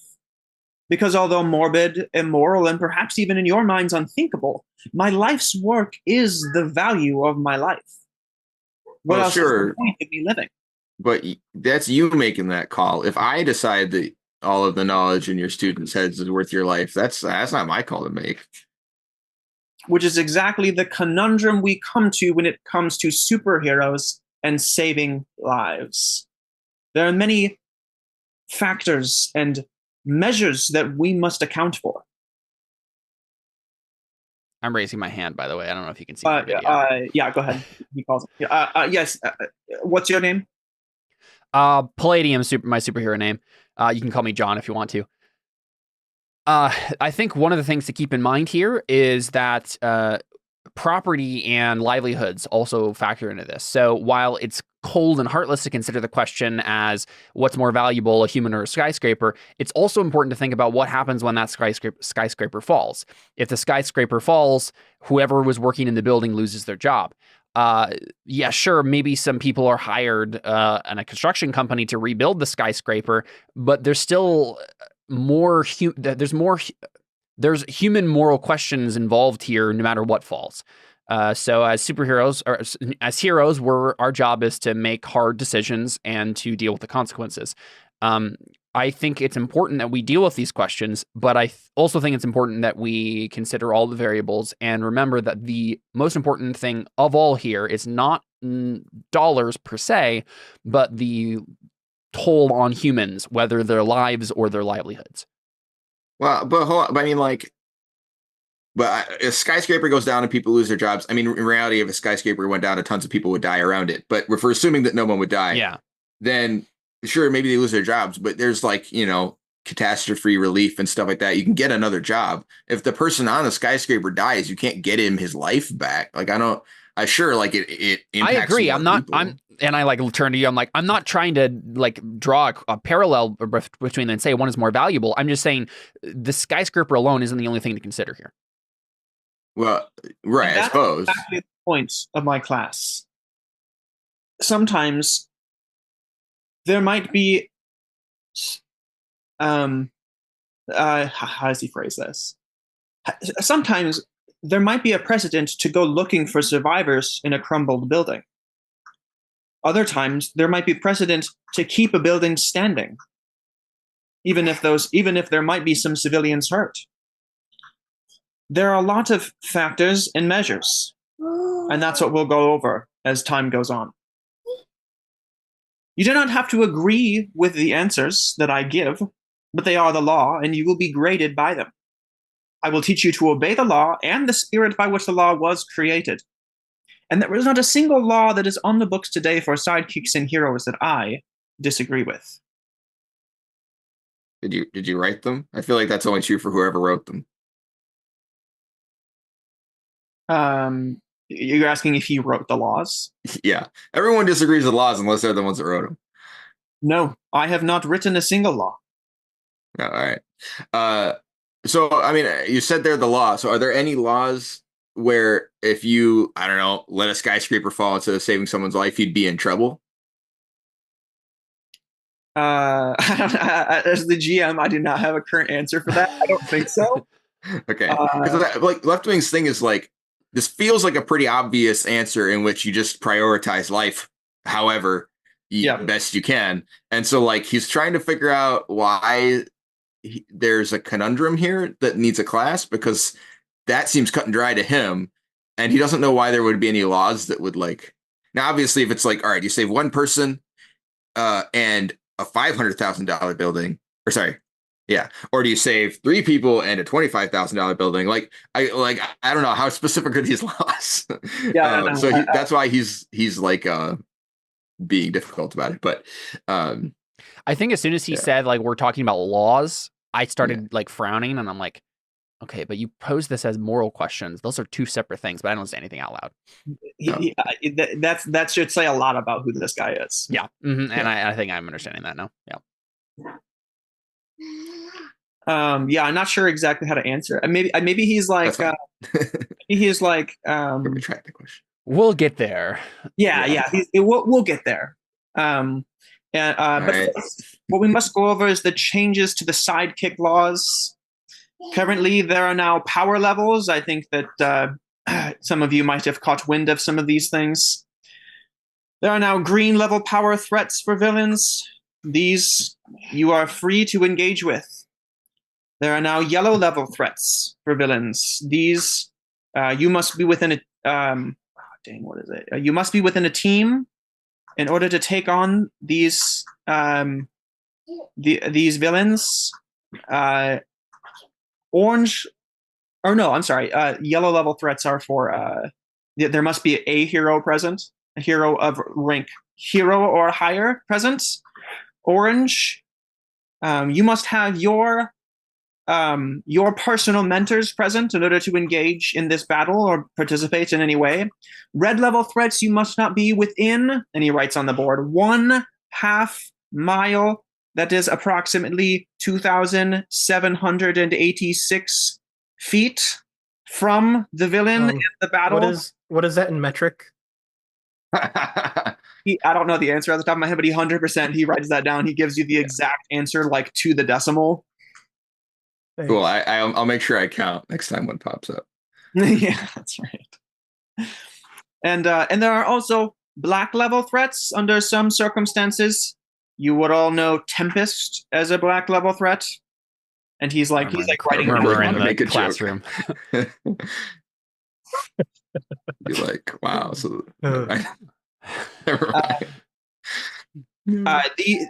these threats you must run as far away as possible, but considering how powerful they are, you might not get very far if they are trying to kill you, or maybe even not trying to kill you when collateral damage is just imminent. Now, are there any questions? I'm looking around, trying to look at who else is paying attention and who is slacking. I feel like all the other kids are just like hate us now because we were taking both classes. Yeah, we're just talking the spotlight. So that is. I was acting like a normal student being called on, but Left Wing just kept talking. There was nothing. Yeah. A normal student being called on just gives like a half-hearted answer. I suppose. Yeah. I consider it a normal student, but that's because I'm used to private school where everyone is like this. Yeah. So as time goes on, I think he kind of like we get kind of like a little montage where he kind of goes over some of like the sidekick laws in regards to your teams, of how you have to go on specific missions and you have to follow like the nth degree of like the protocol for those missions. Like you'll be given a different protocol for each mission. You have to follow it to the nth degree. And the other people that speak up and seem to really know what they're talking about are Quantum Quill, Iceblade, Emoticon, Thunder, Polar Shield, and Reflection. They all seem to like know the laws and different things well and are engaged. Did Bastion roll? Yeah. Zero. Oh, yeah, he rolled first. He got a 0, right? Okay, no, sorry, I didn't. Yeah. Yeah, I forgot that was. Okay, Yeah. so from there, unless someone else has something they want to add, I Well- feel like Left Wing, you didn't really have a moment that you got to answer something. So if there is something that you want to state about superhero law, you can. I mean, I failed, so raised your hand and you were more asking a question, so I guess it wasn't really in the spirit of the role, but your role was kind of like middle ground anyway. So if you just want to gloss over it, I didn't fail. Never mind. Yeah, no, that's fine. Because you only get to say something about superhero law if you get a 10, right? Yeah, 10 or up. Yeah, I got a 7. Well, for a 79, you answer, but he kind of corrects you. So you could be like, "Oh, I see." This is true, and I could be like, yeah, but. And, I mean, that already kind of happened throughout the. Right. I feel like it was Yeah. kind of just a natural conversation throughout. Mm-hmm. Also, what's his face gets influence on me, the teacher. Oh, that's right. Yeah. You can pick another student, though. I think it said, didn't you? Yeah, you can also pick another student if you want to. Especially because if the teacher gets influence over you, he's an adult, so he already has influence on you, which Sure, would mean yeah. You shift your labels. which Maybe means Caleb. basically- Then I guess that's the only thing that might make sense because he actually knows what he knows. So Oh, that's true. You're like, hey, he knows stuff. yeah, that's true. But doesn't he already have influence over you? yeah. In which case, he would just shift your labels. But you could pick Technically. another student too. There's a bunch of them. Up to you. Would it be like? Is it supposed to make sense, like narratively, or do I just pick someone? I mean, you'd have to give some sort of narrative reason as to why that person. So like you could say, I think Quantum Quill impresses me with her knowledge, and so give her influence. It doesn't have to be like I do that one. okay. It's the only other person whose name I remember that doesn't already have influence over me. There you go. Yeah, marking that for Bastion. That Unless you want to, Caleb, unless you want to make my mundane -2 and then put my savior up to 2. So this would be like Bastion noticing that I'm paying attention and know what I talk about, and so I get influence. So I would get influence over him, but since I already have it, I just shift his labels. If you want to, I think he's asking if you want to. Otherwise, he's going to give Quantum Quill influence. Well, I think that makes sense.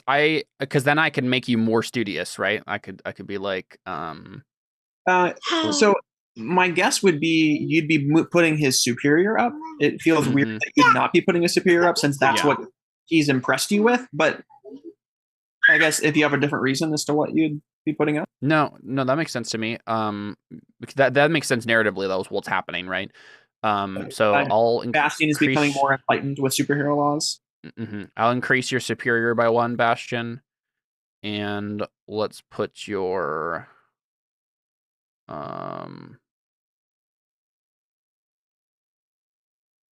trying to think what the kind of inverse of this is. Mundane. Sure. Yeah, that makes sense. I'm better at knowledge, worse at comforting people. Mundane seems to be the natural opposite to superior.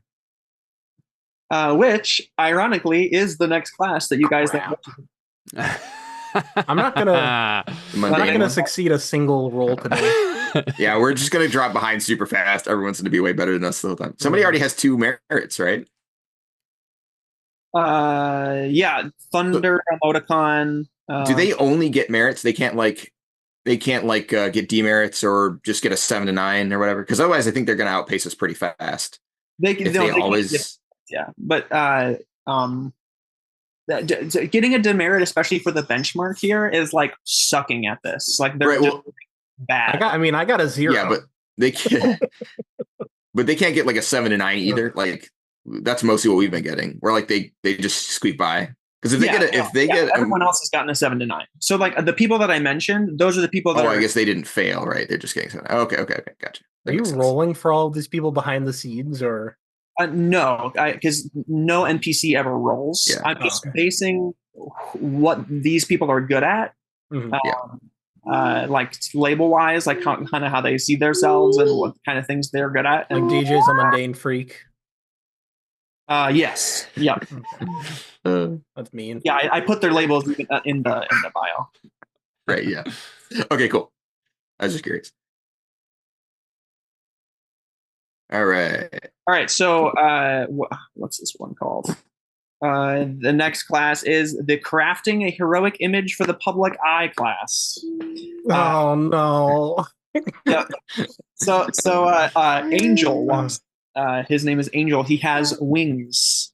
He That's he just walks in unfair. and like sprouts his wings, and I think it's probably just like the classroom over, or maybe they just even share the same classroom. I think that would just make sense.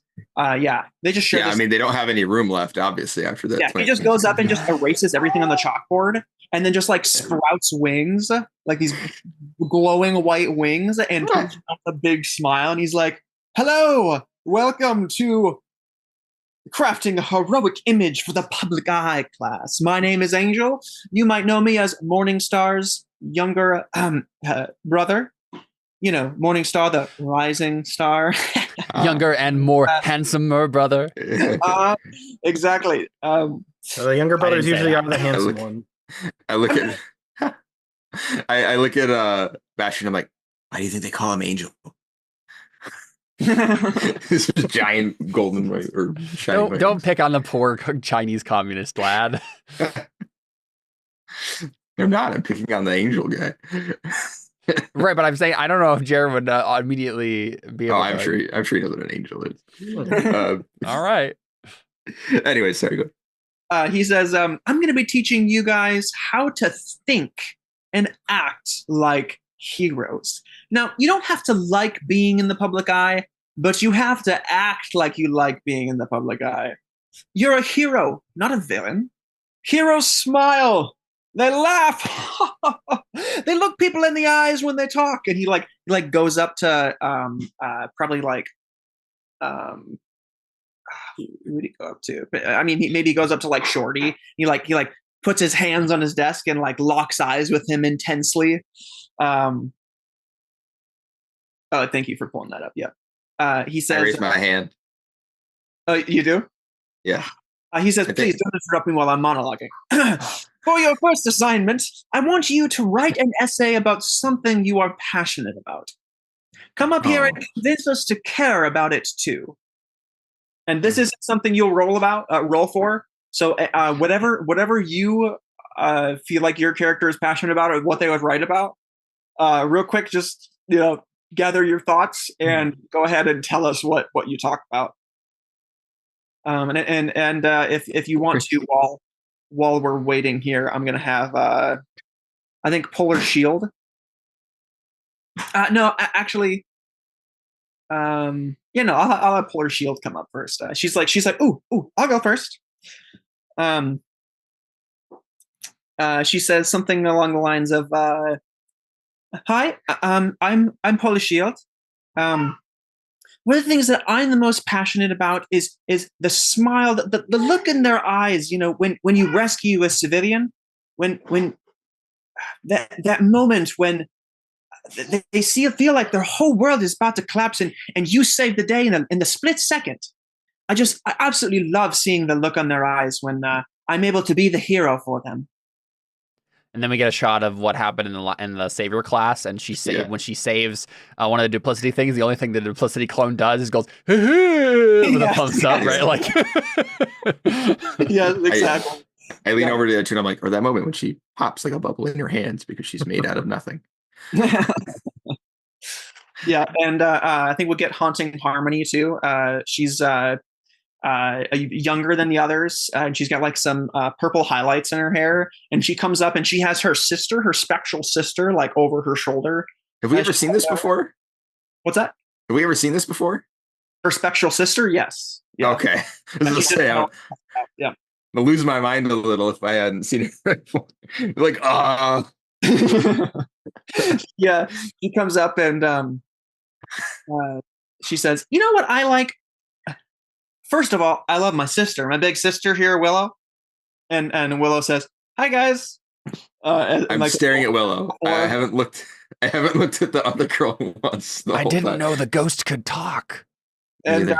and then the Haunting Harmony says, but what else I like is just kindness. I just love kindness. Just opening doors for people. Writing little letters. Just brightening people's days. I just love to make other people happy. And I think what's her face? Doomseer. She just like audibly like was like, oh. You're hurting her emo soul. All right, Yeah. her goth soul. And so Haunting Harmony sits down, and obviously there's a little bit longer of speeches, but you're just getting snippets of those things. I love that Haunting Harmony is like she could have been a goth, but instead is not. Very much not. Super. But she's exactly right. Yeah, that's funny. And then she sits back down. And anybody have any thoughts that they'd like to Well, I failed. So don't roll these things yet. Sorry. I mean, I guess. Well, I like rolling first to know if I'm going to make it good or if it's going to suck. So this, you don't have to be good at this one. This is supposed to be. Can you post the class move for this one again? Yes, but we're not doing it yet, right? That's the point. You're not rolling for it yet, but okay. I will post it here. I'll just leave the thing. Also, technically, I got a 9. We get to re-roll then, right? If you would like to re-roll, yeah. Otherwise, if you're like, yeah, the failure makes sense, that's fine too. I mean, you don't get XP for the failures, so you might as well re-roll. Oh, you don't? No, I asked him about that earlier. Whoops. Not for the school. Not for the school moves. Yeah. Take off 2 of my little check marks here. So, yeah, I also had to do that. Yeah. Let's see. There's really no benefit to failing these. Then no, yeah, that's kind of what I was saying. That's why I was all excited about failing. I'm like, oh, I'm making stronger quicker. Yeah, that's kind of what I thought. Suck. Yeah, I'm with you. What was the actual? Just something that's important to you? Is that what he said? Yeah, something you're passionate about. Something you could easily give a speech about. Okay. Boy. Yeah, is that question on social media where it's like, what's a topic you could spend 30 minutes talking about with no prep? Right. I mean, so this is like speech class in a sense, right? So he's like having you come up and just talk about something you're passionate about, but that's not what he's teaching you in the class. Is how to give a speech. Mm-hmm. It's how to give speeches about things that are hard to give speeches about. So he's starting with an easy one. Yeah. The warm-up activity, I guess. Yeah. Left wing goes up and talks about freedom. It's like the only thing that really matters is that a person has agency to do what they want with what they have. Yeah. And anything that is stifles that or directs it in a way that shouldn't go or anything like those are all faulty structures. All right. The only thing that matters is that agency and the ability to make your own choices, which is why heroes are important, because I gotta tie this to the class somehow, because we have to protect people's freedoms and agencies from villains who try and hurt them. When really what he wanted to say, which is why rules are stupid and we shouldn't be being told what to do. But yeah. All right. And you got a 7 there, right? I actually got a 9, but it doesn't matter. Yeah, I had a penalty to it. We should get a bonus based on how convincing we are. So the next roll or the next speech that you give is what you'll roll about. Oh, is the actual roll. I see. They're going to be 2 different ones. Okay. Yeah, I mean, I guess if we're just doing like something you like, I think what's his face? John will talk about music, probably, right? He'll talk about he plays the guitar, he likes listening to various kind of like alt rock bands, so Nirvana, the Pixies, I know there's another one I'm trying to remember. Oh, a Linkin Park I also listen to. Nice. So those are all around by 2001. There you go. So, and I think I would like to, Connor, if it's okay with you, use this opportunity to affirm my secret identity, because I'm just talking about stuff I do in my normal day-to-day life, and switch my savior and mundane. Nice. Yeah, I feel like that's fine. Also, you go up there to talk about music, and teacher's like, "Bro, you stole my thing." Yeah. Yeah, for real. He says that. Yeah. Literally called. All right, so now DJ. my savior is -1 and mundane is 3. Nice. Every day I'm in between classes, you're gonna have to. Yeah, exactly. I'm focusing on what's it called? I'm focusing less on like music specifically though, and just more like this is like me as a normal person. This is what I like doing, my hobbies and interests, sort of a thing. So, Do you mention your girlfriend at all? Do we know you have a girlfriend? Yeah, no, you probably know I have a girlfriend, but I don't Okay. think I mention her. Maybe I very briefly say, and yeah, like I like listening to this particular album or this particular song with, my girlfriend. But Right. it's like a passing comment. So. Bastian, you're next up. Any ideas of something he's passionate about that he's going to give a speech about? So he walks up and he tries to like create angel wings out of carbon. Nice. And the coming roll will determine how well this actually goes. But he gives a speech about America and how he loves America. Amazing. Yeah, I love America. It's good. You've got lots of food here.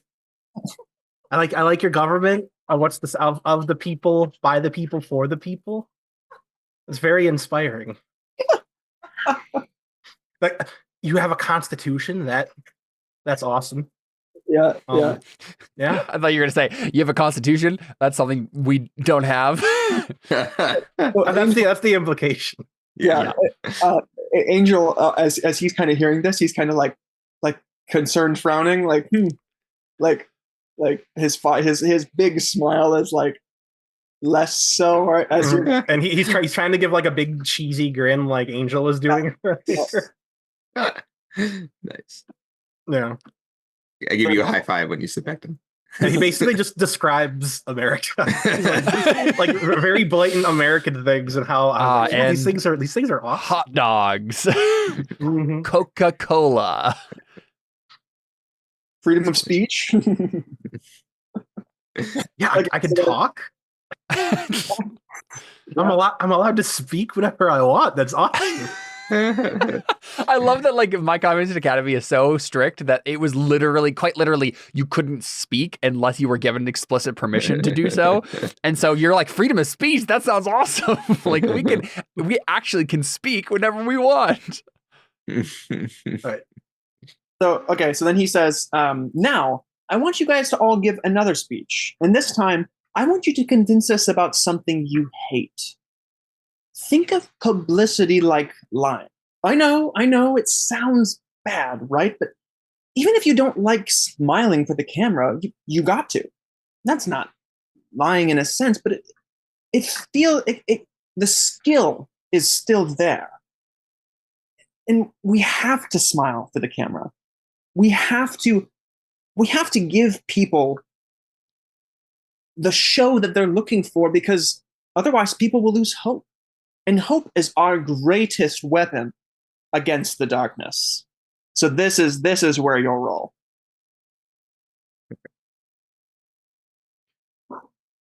So the challenge here is to talk about something you hate but not look like you hate it. Yes. Okay. And I think he says like it'll be easier if you just talk about the inverse of what you talked about. Since I'm already up there, I think I'm just gonna go again. Yeah. This time I'll roll before. Can I just keep? Dang it! Oh no, I'll actually roll for real this time. Or should I keep the 3?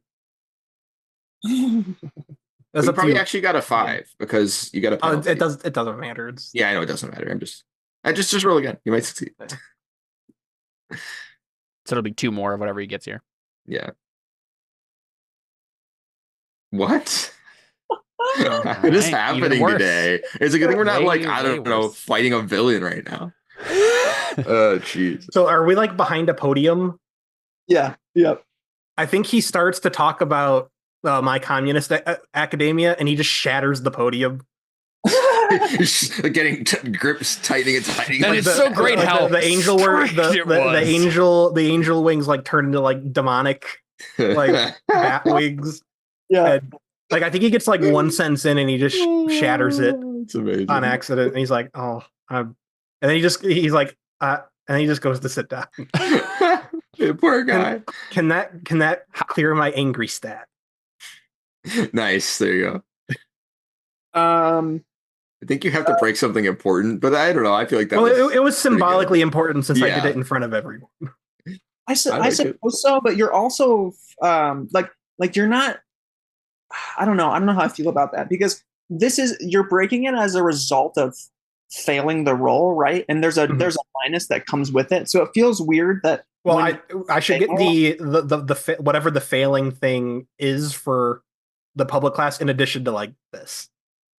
I think Right, I'll so take maybe like Yeah, a I mean, like second, he could have failed without like making it look like making a huge scene. yeah.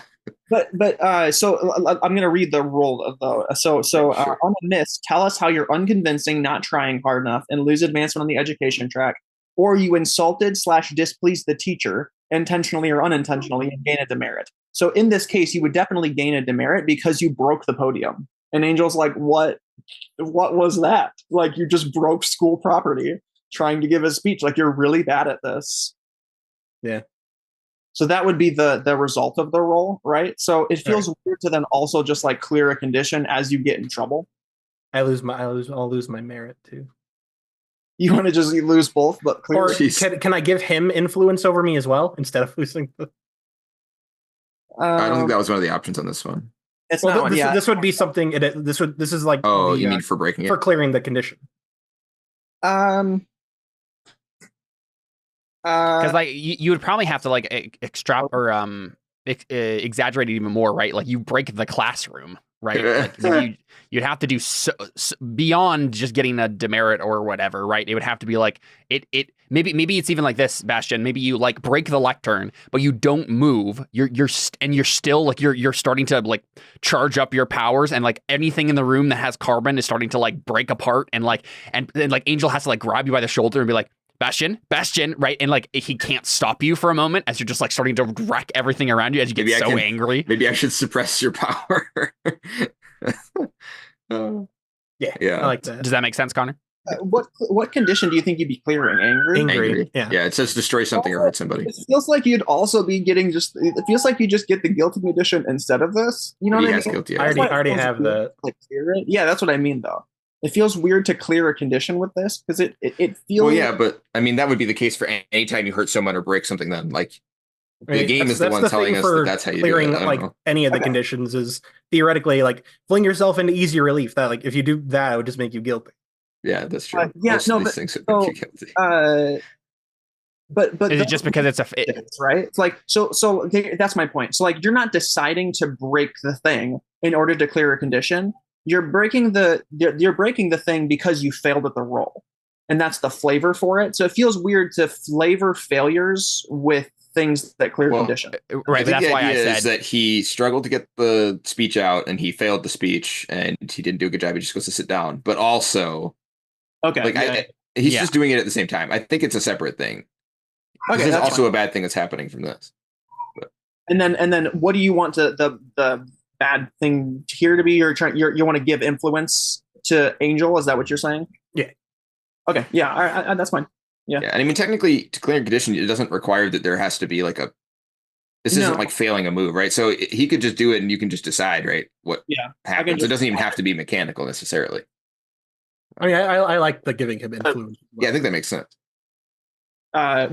Giving Angel influence on you. He already has. Well, he already has influence. Yeah, what I was going to say is he'll probably try and move your labels or affect your labels, influence your labels. Sure. But you could choose to resist that or just accept it. We'll just play it out like that then. Well, what does he want to change?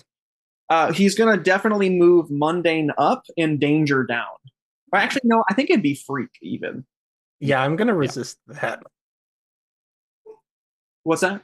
I'd definitely resist that. I need free. Yeah, that's what I'm trying to. I'm not sure which one it. I guess it depends on how he phrases it. It'd probably be danger. Probably just like, or no, because it would be freak because he's like, you need to control your powers. Control your powers. Yeah, exactly. So yeah, okay, so we should actually play that out now, right? Out, like, yep. Okay, yeah. So you shatter stuff, and then we'll play it out like Caleb was suggesting. Angel has to like grab your shoulders, like, okay, Bastion, that's enough. That's enough, Bastion. And Left Wing, do you try and like take his power? I mean, if it doesn't stop, he's gonna break the classroom. I'll do it. Yeah. Is that some?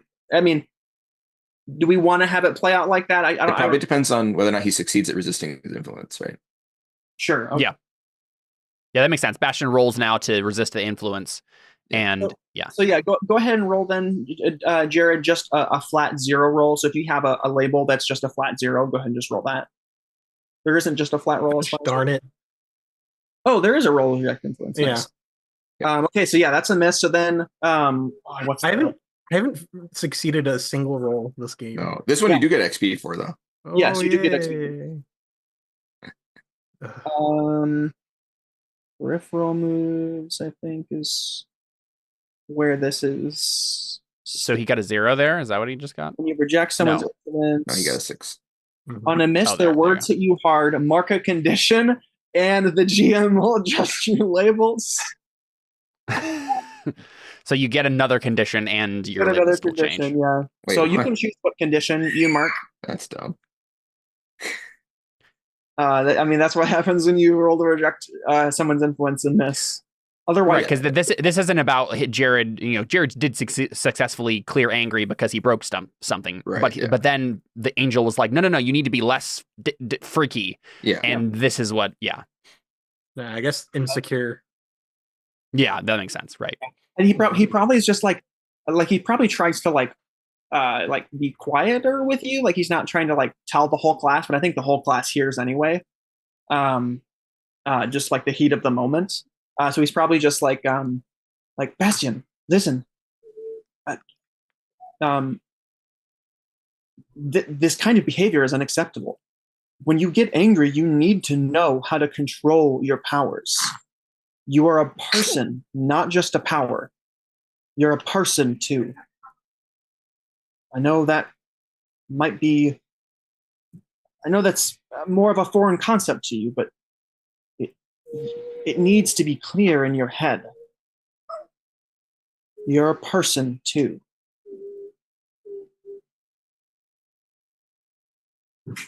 Yeah, I think he like all like the carbon stuff like stops, and he's just like, sorry, and then he just goes and sits down. Yeah, yikes. Big oof. All right. Who wants to follow that up?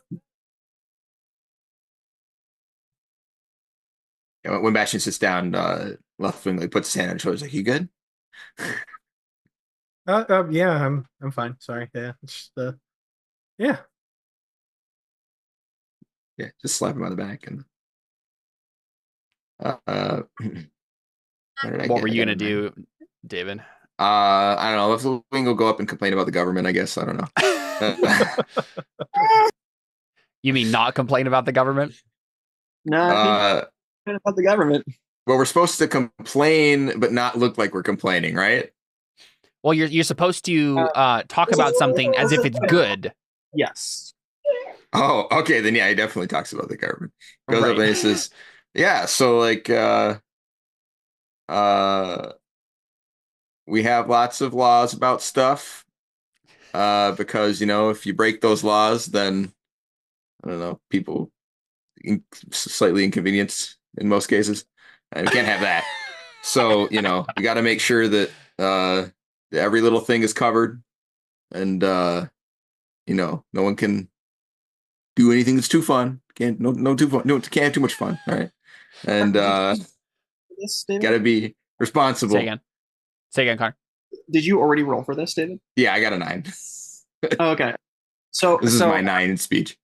Yeah, just a heads up. Yeah, your speech is passable, but nothing worth commendation. This feels like you're intentionally trying to displease the teacher. So I'm not sure where to go with this mechanically. So maybe you catch a glimpse of Angel looking at you like left wing, come on, and you have to like gives you the side eye, and then you like change your tune maybe. Yeah, sure. Yeah, he probably talks about more serious actual laws that are helpful, and then like, yeah.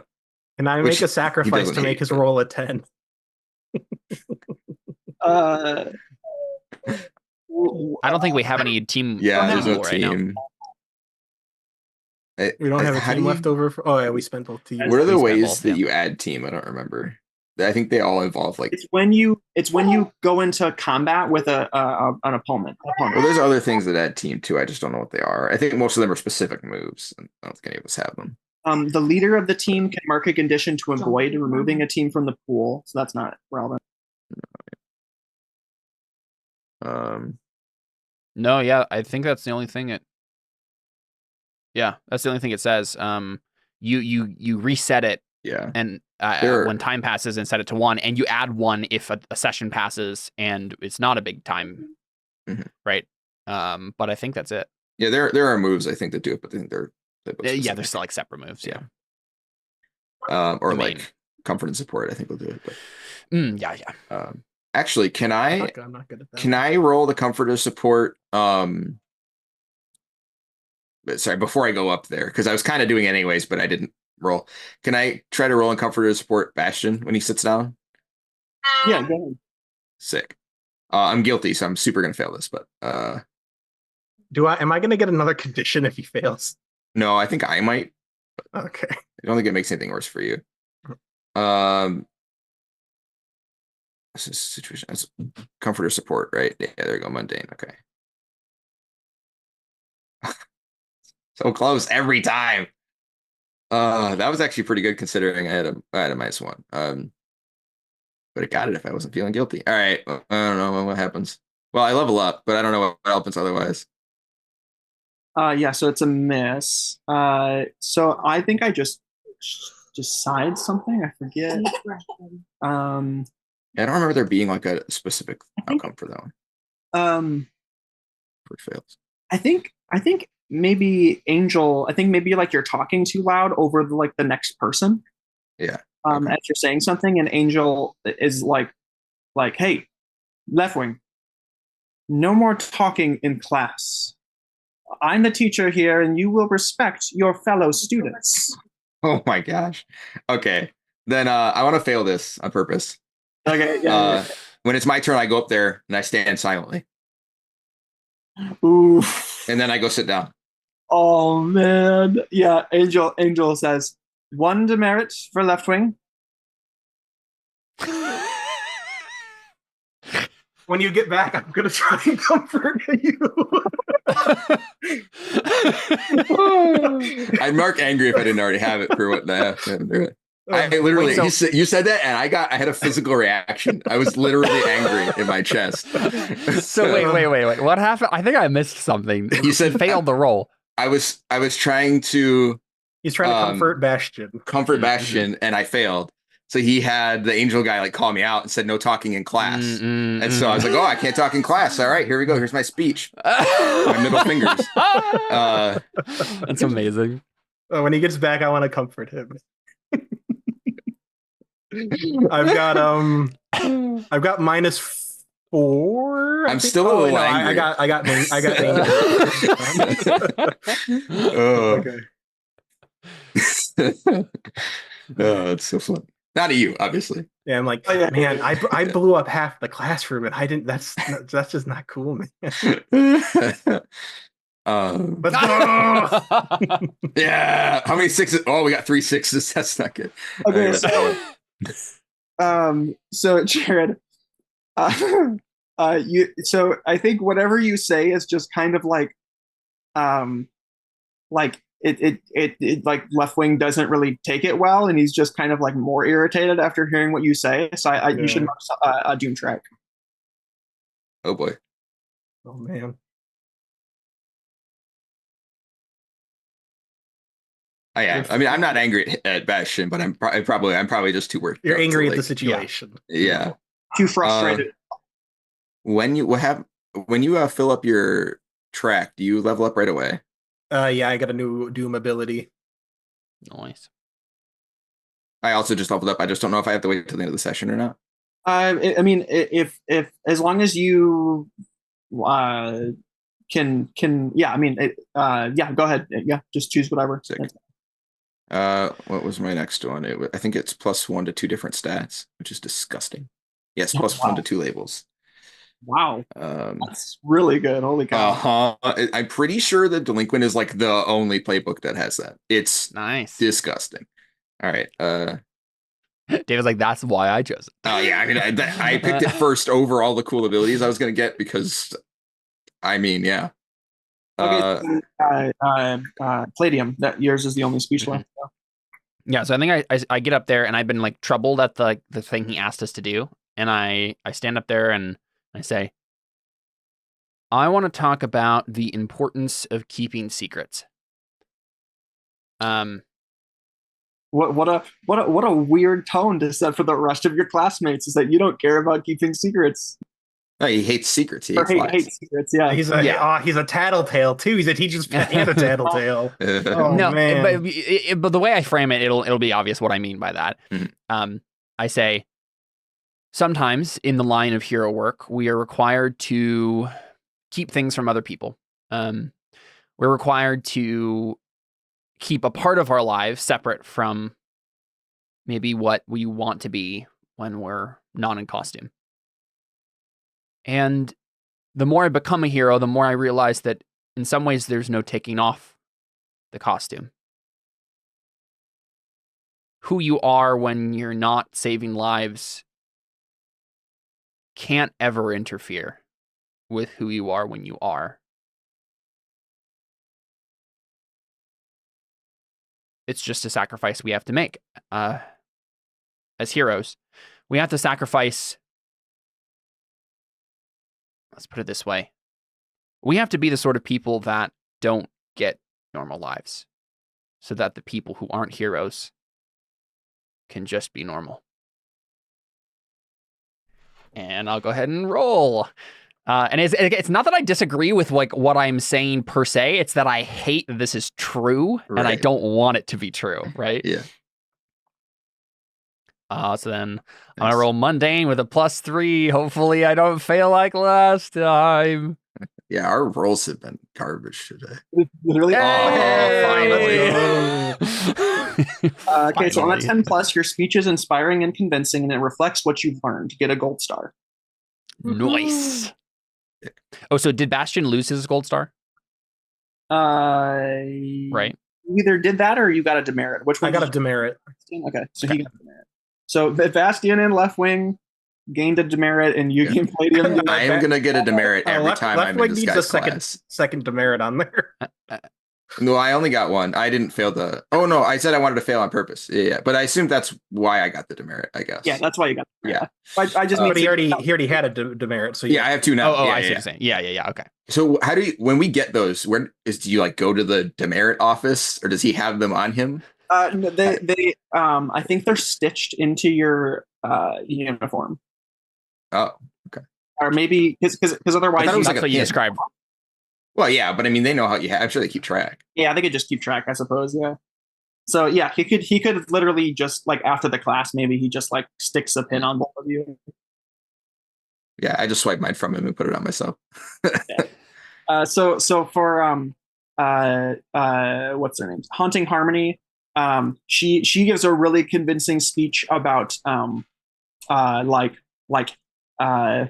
like being mean, and it's ridiculous. Being tough on the villains, yeah.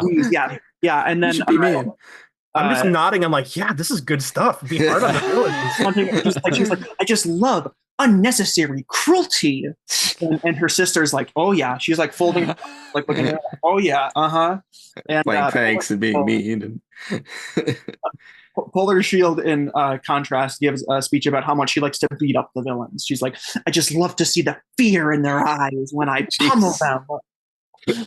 Like, man, these. I don't think they understood they're supposed to. Yeah, I don't think they got it. Yeah. Other people that are notably good here are Shorty, DJ, and Pocket Arsenal. Man, Who's I wanna pocket make a joke. arsenal? Oh, this guy, right? Yeah, I've when got we a first pocket meet pocket arsenal, I got some ammunition for him. All right, so I definitely, as soon as I saw that name, I was like, "This is a bad name. This no." No, this is a great. It's great. This is the It's best the name you best. made, Connor. Oh, my face hurts. This is What the is his best name. power? What is his power again? I don't want to. I don't want to know. he creates a pocket dimension. He creates like little portals to a pocket dimension. Yes. Okay, but why not just call him Pocket then? Because I assume he puts weapons in it. he puts weapons in it. He is spinners. You know what? You guys can find this out in character. Yeah. I can't wait to meet this guy. Like maybe on your way to combat class, do you want to ask him about it? I can't wait for that demerit. Oh man.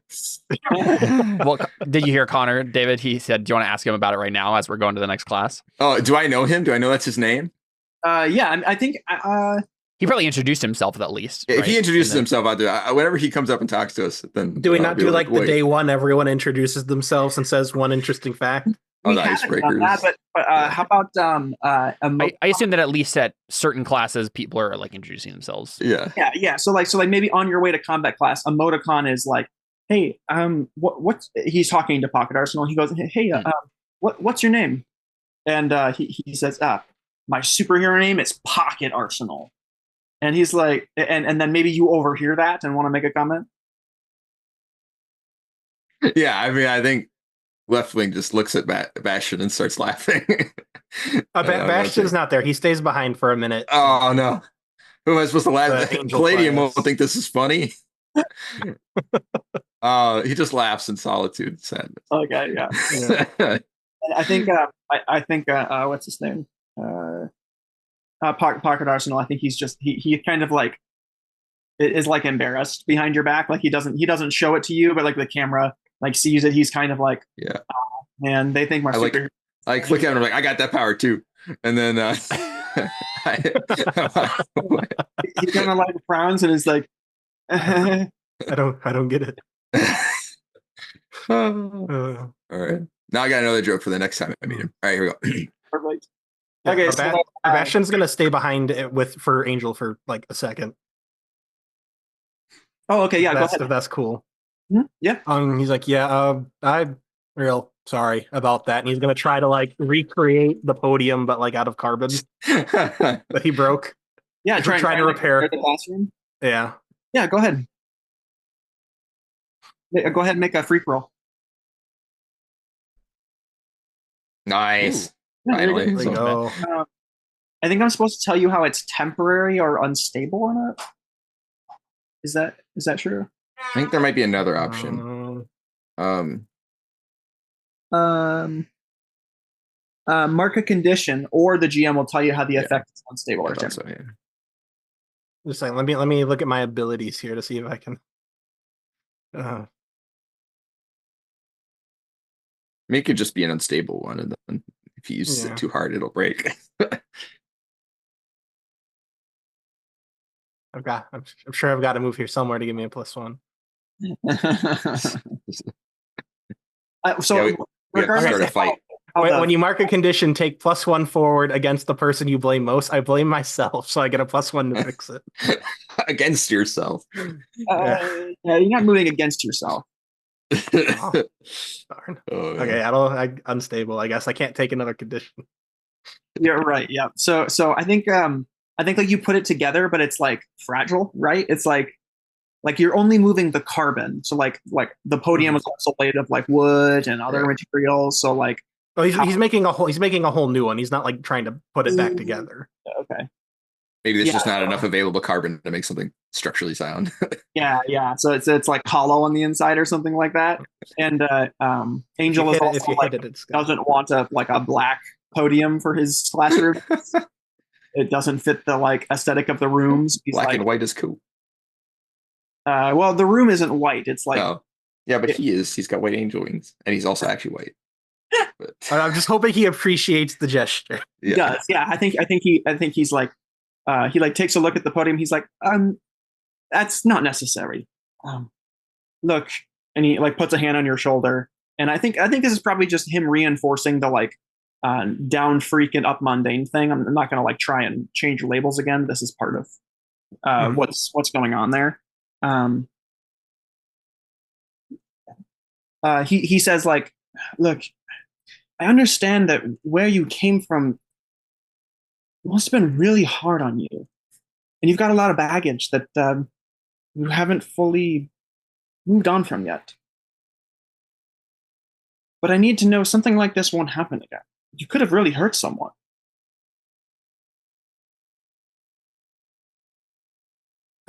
Yeah, I'll rein it in. You can't let your emotions drive your actions, is what he says.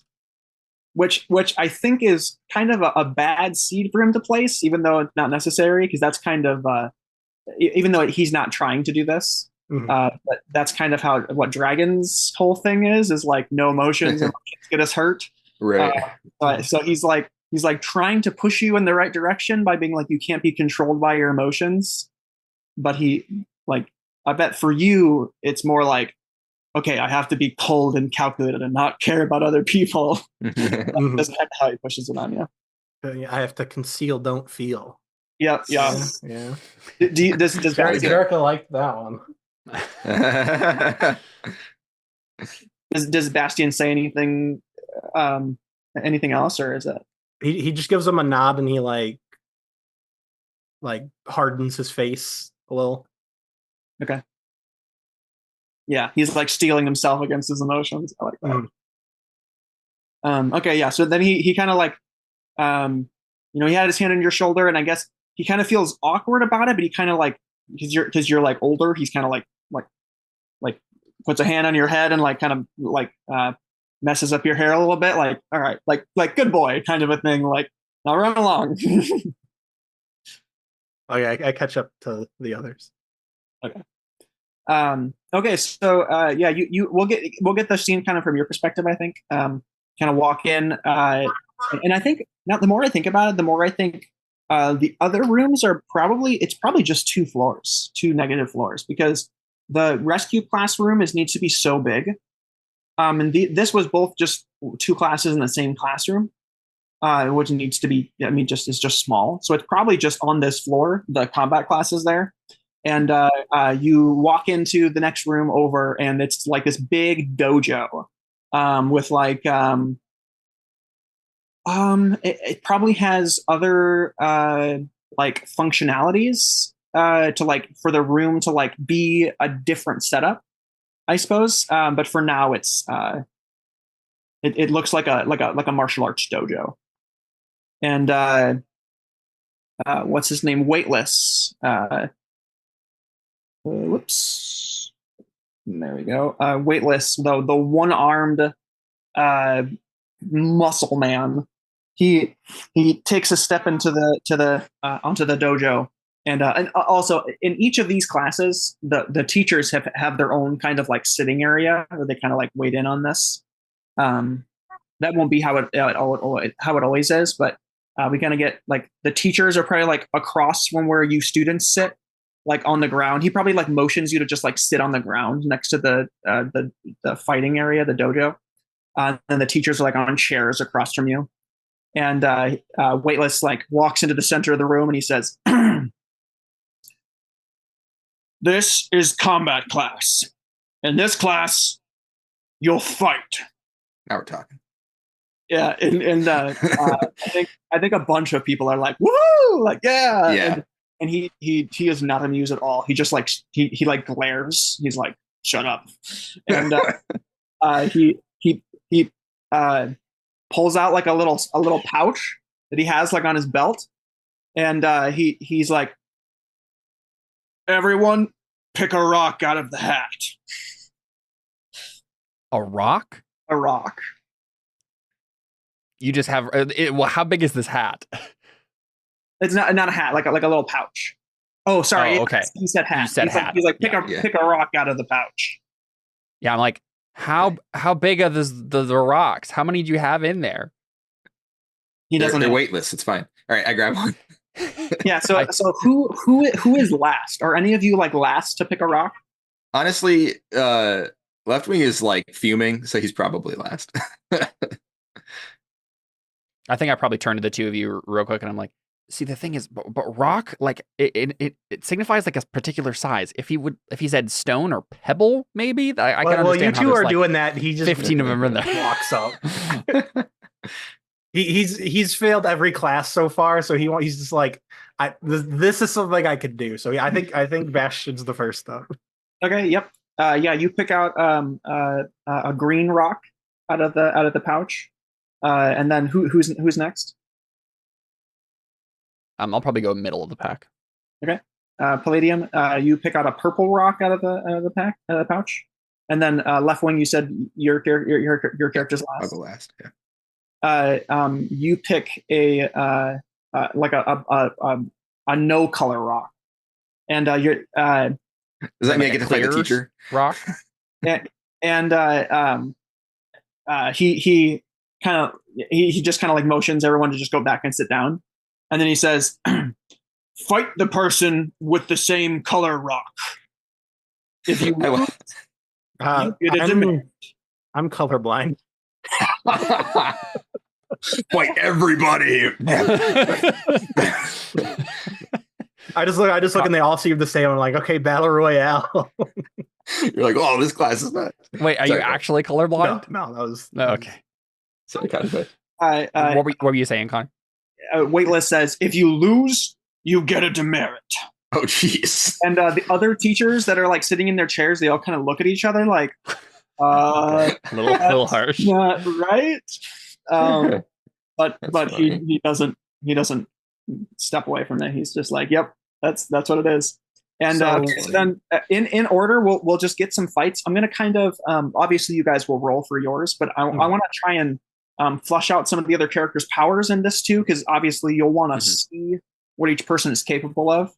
So we're gonna get some quick scenes. So since we're fighting, can I burn?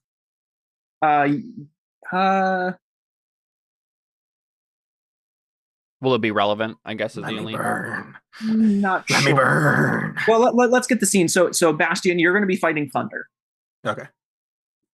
So there is a role for this, right? So I'm not sure, but I feel like this for fighting, it's pretty straightforward.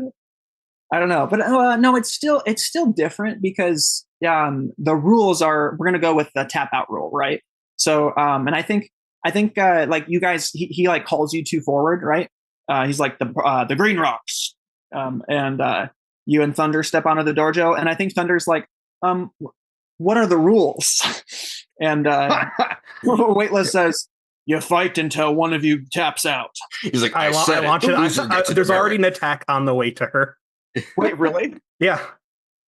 Okay. Dude, this is MCA Bastion taking over.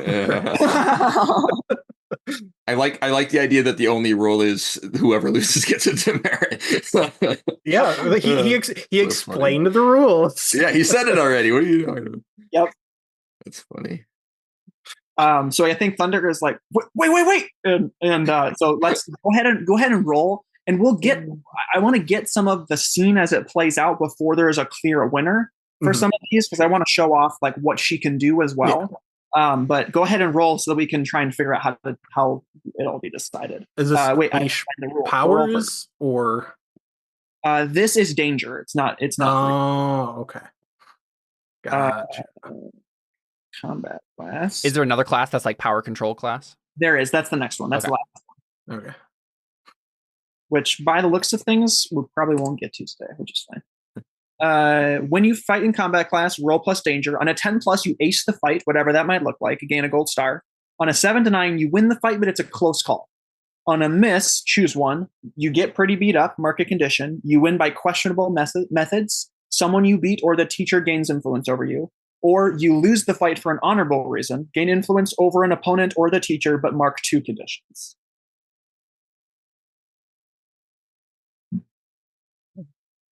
I think you can burn here. I don't know. I mean, do you have any burns that just give you like bonuses to the roll? Because that would be what would make sense. It lets me roll freak instead of danger, is what it would do. Oh, Instead then of what move? for Engaging a threat. yeah, he can use freak instead of danger for the roll. Is what that burn does. Yeah, I mean, I suppose you are fighting. Yeah, I feel like I can't really say no to that one because I mean, it's like you're just using your powers more. Mhm. Yeah. Okay, wow, full hit. Okay, so you ace this fight. So yeah, I feel like if you want to say you beat her and she doesn't even get to use her, Well, I'm as fine. a note, that was Bastion Yeah. rolling to burn. Yeah. Remember, he has to roll That to was burn my- to see how many. Oh, Yeah. I see. Okay, yeah. I mean, if you wanted that to be my danger move. No. So now you can use freak. Is that the situation? Well, how many Hey, you burn ro- do I get you- for a full hit? Oh, I don't know. Where does it? Is that It's like 3, I think. playbook move references? Maybe. Nope. Do you have it in your character sheet, Jared? What you can do with this, or is this an infinite move? Nova on a hit, hold 3. On a 7 to 9 mark a condition, on a miss, hold 2 and mark 3 conditions. So you just get 3 burn. Oh, cool. Okay. Wow, So okay. I'm just gonna roll freak because it has the right number. I hate this game. Oh dude. no, really? 3 plus 1. Oh my gosh. Wait, do you have a wait, So never mind. you can use your hold though, can't you? To get a +1. I don't know. What other Nova abilities do you have? Nothing that affects danger. I don't think. Well, yeah, but like, can you get a +1 for anything? Um. Can't you just also use hold? Oh, wait a minute. I don't To think so. overcome an obstacle, I can Oh, just get a +10. I don't know if that counts. I mean, Is this this is an like- obstacle. Well, it's an opponent. I guess it's up to counter. So read me the rule. You channel the full capacity of your incredible powers to overcome an obstacle, reshape your environment, or extend your senses. Spend 2 burn to take +10 when you unleash your power. Gosh darn it! Yeah, so unleash your powers would be different. So Yeah. Gotcha. Okay. in which case, I think you're rolling danger then because you're still just directly engaging a threat, right? I mean, you're not using. That's what I did. I rolled freak, but I just rolled freak because it has the right stat for what I'd be rolling. Right, but what you just read doesn't seem to describe the class move. Yeah, I know. That's not the thing I was using. He was just trying to That's what I was see if saying, I that would could use help it him get a instead. bonus, but it Gotcha. Okay, yeah. So, but what does your hold do? That's my question. I just roll freak instead of danger. so his hold lets him use Nova powers. One of them is use freak instead of danger. And if he had any other ones that he could use, I think he gets 3 of them or something as the Doom class because he just picked it as like an upgrade. So you do lose the fight then. Is that what I'm hearing? Yeah. Yep. Just Wow. fail everything, even the things I'm good at. But this one, I also cause unwanted collateral damage. Never mind. So- I lied. Oh no. Oh man, this is a rough one for Bastion. Yep.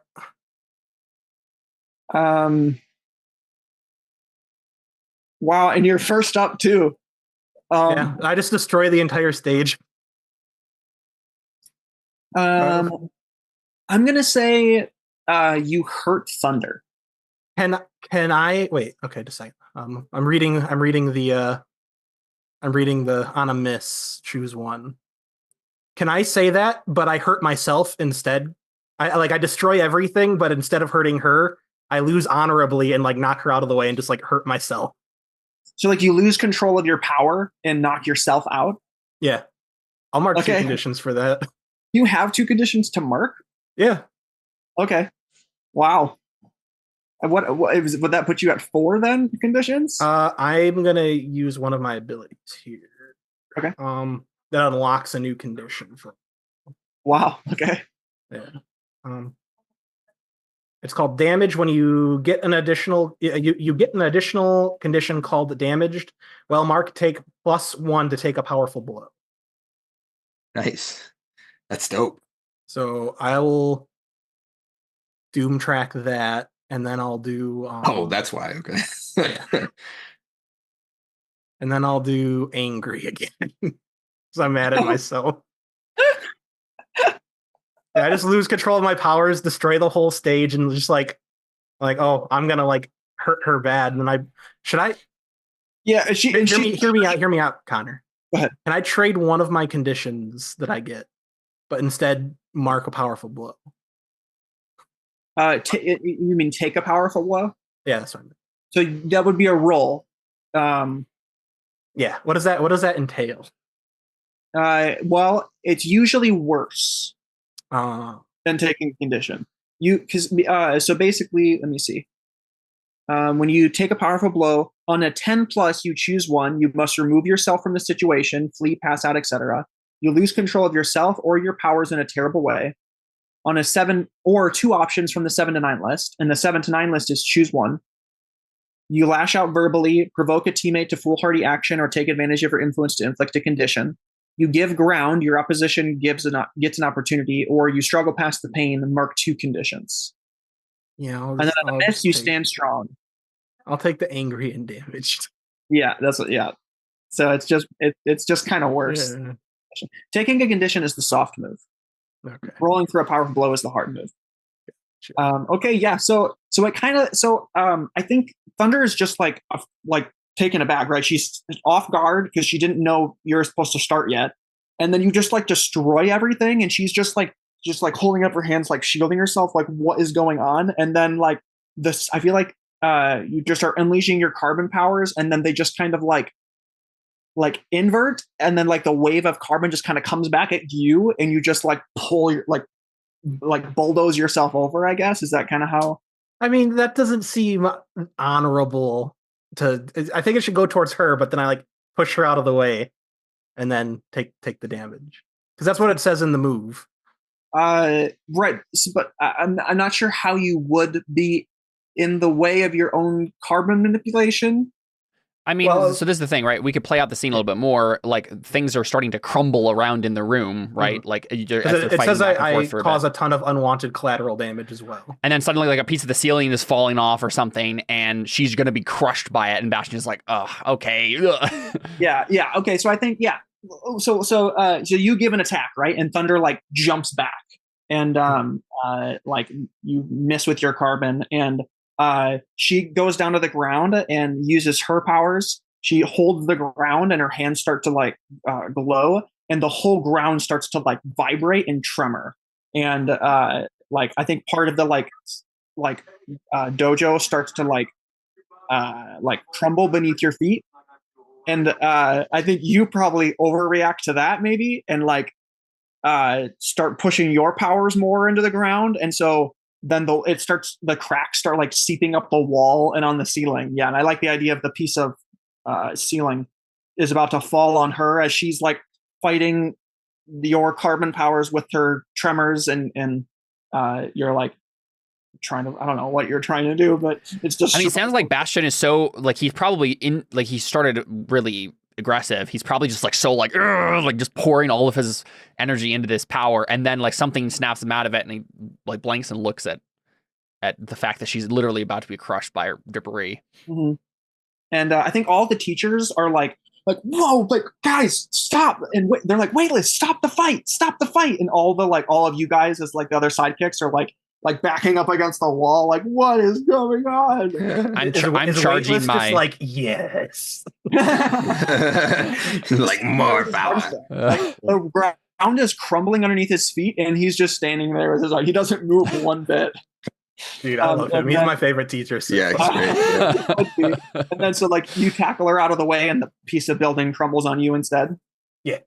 I think all of the other teachers are like running to try and like get her out of the way, and Weightless just stands there because he knows that the building is coming down on you, and he's like, yeah, you can take it. It falls on you, and I think he just like walks over and picks up the piece of ceiling and like throws it off of you, and he's like, well, it's a good thing this dojo can withstand such damage. And he like picks you up and like carries you off to the side of the dojo, sets you down, and is like, hey, Scab, I think he could use your attention. And walks back over to his place. He presses a button on this little console, and the whole dojo just kind of like folds over, and it's just like brand new. Oh, that's convenient. And How do they have the technology for this? Yeah, I mean, you guys are probably all blown away. Like, this isn't just cutting edge. This is like next level. yeah, it's technology. aliens. This Well, is I mean- cutting edge if it was taking place in 2024. I mean, they've got a 50-50 so far. They've had 2 of the classes have just been a chalkboard. Yeah. Yeah, all the, Right. All the funding go, you know where all the funding goes. yep. Yeah. And did then you have Thunder Good. comes up to you, Bastian, and is like, "Hey, I'm really sorry that things got out of control. I know my powers can cause a lot of damage. I'm really sorry if I got you hurt." I think I got myself hurt. So say it's awful nice for Yeah, like I mean that's kind of conceited. Like, oh man, all my powers did all of this. Like, Is that what does he actually say? What does Bastian say? inside he's just like, yeah, you know what? No, he's just like, I think he appreciates the sentiment. Uh-huh. Jared is just like, what a butt munch, but Bastian's like, thanks, I appreciate the sentiment. She's like, did I mean, are you going to be okay? And I think Scab comes over and he's like, well, yeah, you really did it this time. Boy. I flex. And I'm like, yeah, I'm fine. Actually, And then like this is the second time today. He just coughs out blood.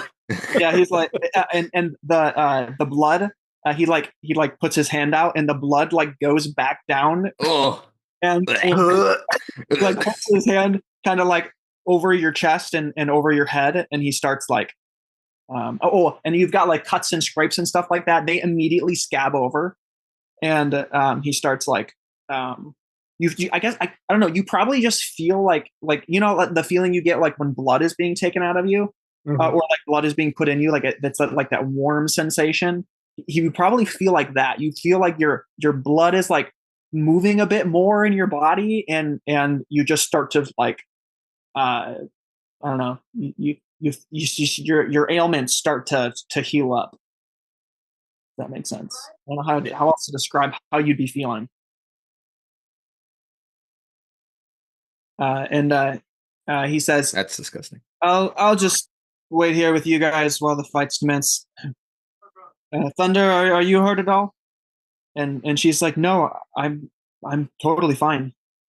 I'm really sorry, Bastian. I need to be more in control of my powers. It won't happen again. I promise. Oh yeah, he grabs it while laying down, and he's just like, yeah, I understand the feeling. I come over here, I'm like, way to bring down the house, buddy.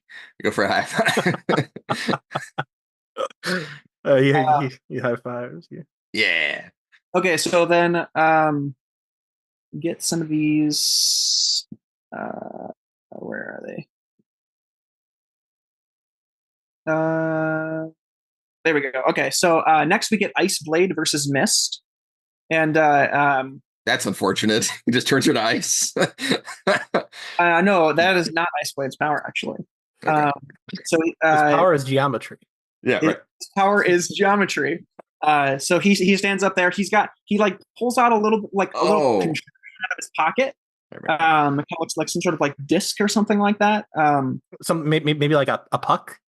Yeah, kind of like a puck, but it's like it's got more. It looks more like maybe like a little gadget puck, so to speak. And Mist walks up there and she walked like there's no like wetness on the ground or anything. Like her whole body is contained water, and so she's just like things are wet when she steps on them, and then they're just not wet. And she walks into the center, and there's no physical features like in the image that there's like hair, but she doesn't really have that. I mean, like she's just water, and they face down each other, and Weightless just says, "All right, fight." Iceblade kind of has like a smirk on his head, or a smirk on his head, smirk on his face. He throws his like puck thing in the air and hits it. And it goes past Mist's face, and Mist like starts running towards him. And You might say it missed. yeah, and Mist. Yeah. And Iceblade says, "Wow, you're quite the hottie there, Mist." And she like freezes, and she's like, "What? Excuse me?" Jerk. And the puck goes like right through her head. Jeez. Behind. It like bounces off the walls and comes right through her head. And she's like, "Ow!" And it comes back into like right back to Iceblade, and he just hits it again, and it like bounces off a bunch of things. And Mist like opens up her torso for this next one and like goes straight through her. And she's like, "Ha!" And Iceblade's like, "Wow, that was super hot." And she's like, "Stop saying that!" And like the puck just like bounces a bunch of times off the walls and like keeps going through her. And she's like, "Ow, ow, ow!" And she's like, I admit defeat. Stop!" And she totally taps out like within 2 minutes of the fight. And Iceblade gets a big smile on his face, and he's like, "Ha! I knew you'd totally fall for that." And they go to sit down, and Mist is super mad. And she's like, "Was that even allowed?" And Weightless is like, "You lost. You willingly tapped out. Go sit down." Yeah, that was ballsy. What if that killed her? Through her head like that. I mean, death wasn't one of the rules. It just said you lose, you get a demerit. I mean, Yeah. dying is losing. They're just gonna put a demerit badge right on your corpse. Yeah, it's like the coins over your eyes, but instead they're demerit badges. Yeah. Okay, so the next is Quantum Quill versus DJ. And this fight goes over super fast. DJ stands up. He gets kind of like in a weird fighting stance. He's like, "Yo, I know Quantum Quill. I know you know I got history, but I'm totally gonna take you down. No hard feelings, okay?" And Quantum Quill literally rolls her eyes, and she's like, "Is the fight started yet?" And Weightless just nods, and she goes, and a bunch of like the rubble pieces just like fly past DJ and just like knock him into the wall, and he literally is just like done. Wow. And Quantum Quill is like, "Well, you tried," and goes and sits back down. And Thunder and I certainly made her fight easy. Yeah, right. And then it's Shorty versus Fuego. The Shorty just kind of like appears into the middle of the dojo, and Fuego he has this like dark like kind of like graying skin. I should show him specifically. He's a very interesting looking guy. And he's Wait, which one is him? oh, sorry. No, the bottom guy. So he's not transformed yet. Sorry. Okay. But he does have the like white hair. And he goes out there and he is Hispanic. I feel like this picture, I didn't realize how dark skinned he is in this picture. His skin is more Hispanic. And he goes out there and he's like, "All right, let's see how this goes." And Shorty is like, "I'll have it over in 2 seconds." And this fight seems to go on for quite a while. Fuego immediately turns into this hulking beast with the like white hair that's like looks like it's a flame, like in Aladdin, and or maybe not Aladdin. I don't know if you thinking of some Disney movie. I'm thinking of. You're talking about Hercules. Hades. Yeah, Hercules. Yeah, Oh, Hades, yeah. Hercules. He has like the Hades hair, Nice. and he just turns into this big hulking beast. And his mouth is like immovable. I don't know if that comes off quite well. Like his teeth are like they don't have depth to them. It's like more like a plastered on mouth.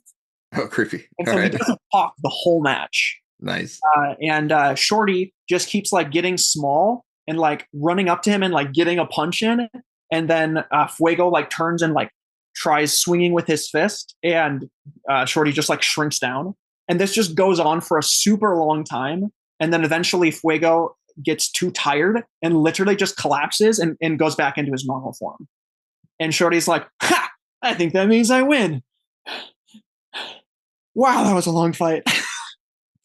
And yeah, Shorty wins that one. For the other two, and I'm like, what happens if someone steps on him? Does he just die? Like, he's so little. That's a great question. Either that or he just runs straight through your foot. The next fight is going to be Palladium, which is emoticon. Nice. But I think it's 11:30 now. We'll end here unless everyone for some reason has like the next half an hour open. Otherwise, I'm good. Let me check. Okay. But yeah, it might be a good idea to end there. If we end here, then we can do an after show. True. Yeah, we are definitely not going to get to an after show if we don't end here. Mm-hmm. And it's a good cliffhanger to have. Well, I have a better cliffhanger though. Mm-hmm. Yeah, but we definitely are running out of time. So, yeah. So I'm fighting who you said? Emoticon. Can we have banter real quick? What before it actually begins? Oh yeah, absolutely. We're waiting for David. Yeah. Oh yeah. Never mind. David's back. You step into the dojo. Yeah, I'm good. Cool. Well, so Connor had a thought. We had a thought. If we end now and then do an after show, that's probably better than going for half an hour and not doing an after show. But go ahead. Let's get the banter real quick, and then. But yeah, we can lead up to that cliffhanger. Yeah. So I'm probably in my armor, but not in my helmet yet. So I step over and I say, Emoticon, I don't think we've officially met. He kind of have we been in a team up before? Expressions on his face. What? Have we been in a team up before? No, you have never. You know who? That's what I figured. Because everyone knows Harkeet's son. Sure. But no, you haven't been in a team up before. Yeah, so he kind of like I guess he walks more closer to you to the middle of the ring, and he like holds out a hand. He's like, "Hey, I'm Emoticon. Well, I'm Valor Creed. John, shake hand. Yeah. So, I guess let's see what you got. I don't have a snappy line to that, so I just nod and step back. Yeah. I guess this is a question. I guess we could go for 15 more minutes and then do a 50-minute after show, right? We should just after show because we also need to do the what's it called? The end of session stuff. After session moves. Yeah. Okay. Yeah. So we're about. I think we see my helmet pop on, and my fists come up, and then and Weightless says, "Fight." Cool. All right. After show stuff. Okay. So at the end of every session, choose one. Grow closer to the team. Grow into your own image of yourself, or grow away from the team. Grow closer to the team. You explain who made you feel welcome. Give influence to that character and clear a condition or mark potential. If you want to choose a different classmate too, you can. And then grow into your own image of yourself. Explain how you see yourself and why. Shift one label up and another down. Or grow away from the team. Explain why you feel detached. Take influence over you away from another character. I'll probably do grow into my image of myself, because then I can get my danger up a little bit for this next thing. So I think, especially because of that whole sequence about me, like, not liking secrets and having to talk about it, I think definitely grew into my image of myself. And I think I didn't like that speech, but I kind of agreed with it. Right. I was like, yeah, this is kind of the way it has to be for now. That's kind of what my mindset is like, okay, sounds good. I'm a hero. I'm just going to do the hero stuff. You also been doing pretty well comparatively. So like for the school day. Yeah, exactly. So I'm growing into my images of myself. I am a hero. I am ready for this. Like, okay, we're good to go. So I'll increase my danger by 1, and I'll put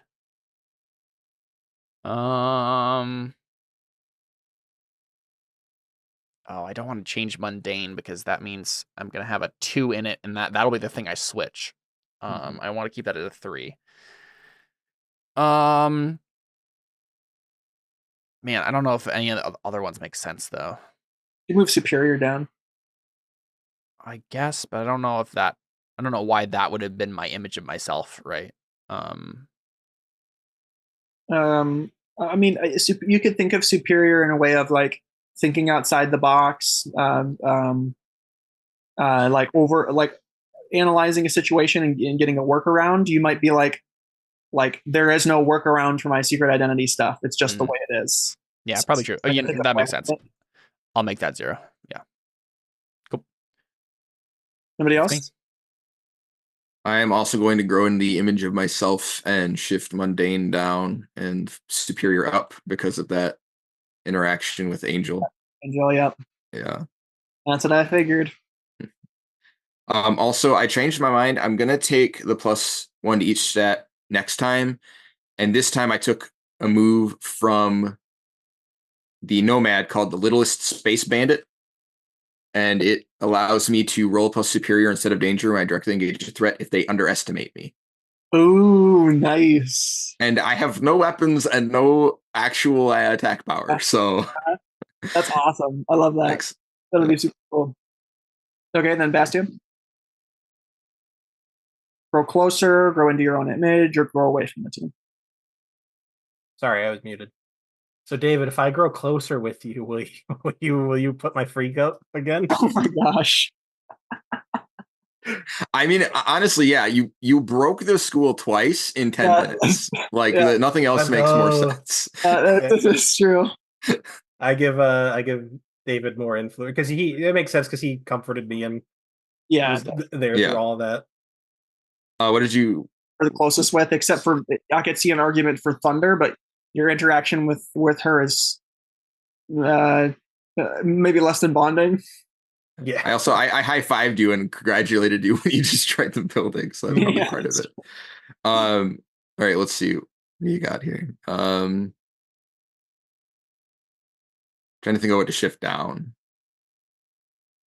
Literally anything would make sense. I'm thinking either Savior, because while your freak was cool, you were also recklessly endangering everybody all the time. Yeah. Or Mundane, because I failed at comforting you earlier.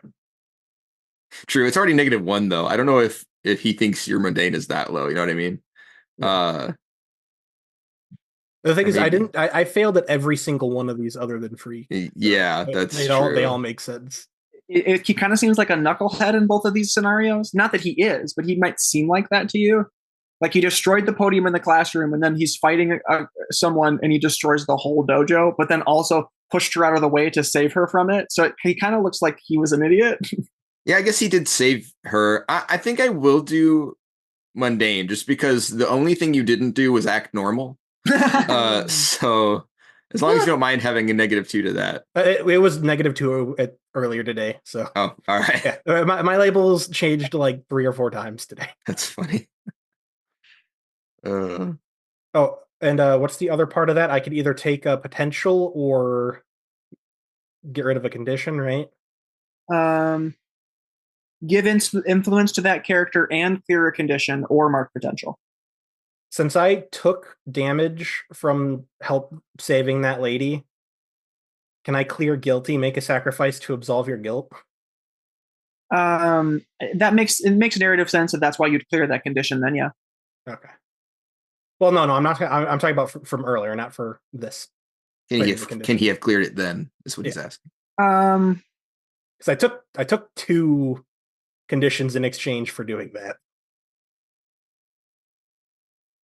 It always feels dirty, but I'll give it to you. Okay. All right. Since you let me do that, I'm going to mark potential then instead of clearing another one.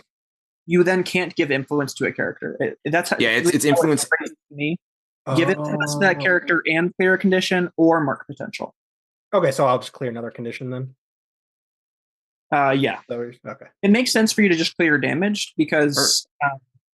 Well, that just goes away eventually on its own because it's a doom sign ability. So I only have that temporarily. It's my infinite powers. Use an ability from any playbook 1 time. So I basically just used that to clear. To absorb. I see what you mean. Yeah. Okay. I basically just absorb 1 condition in exchange for a doom track, and then it goes away. Okay. Yeah, that makes sense.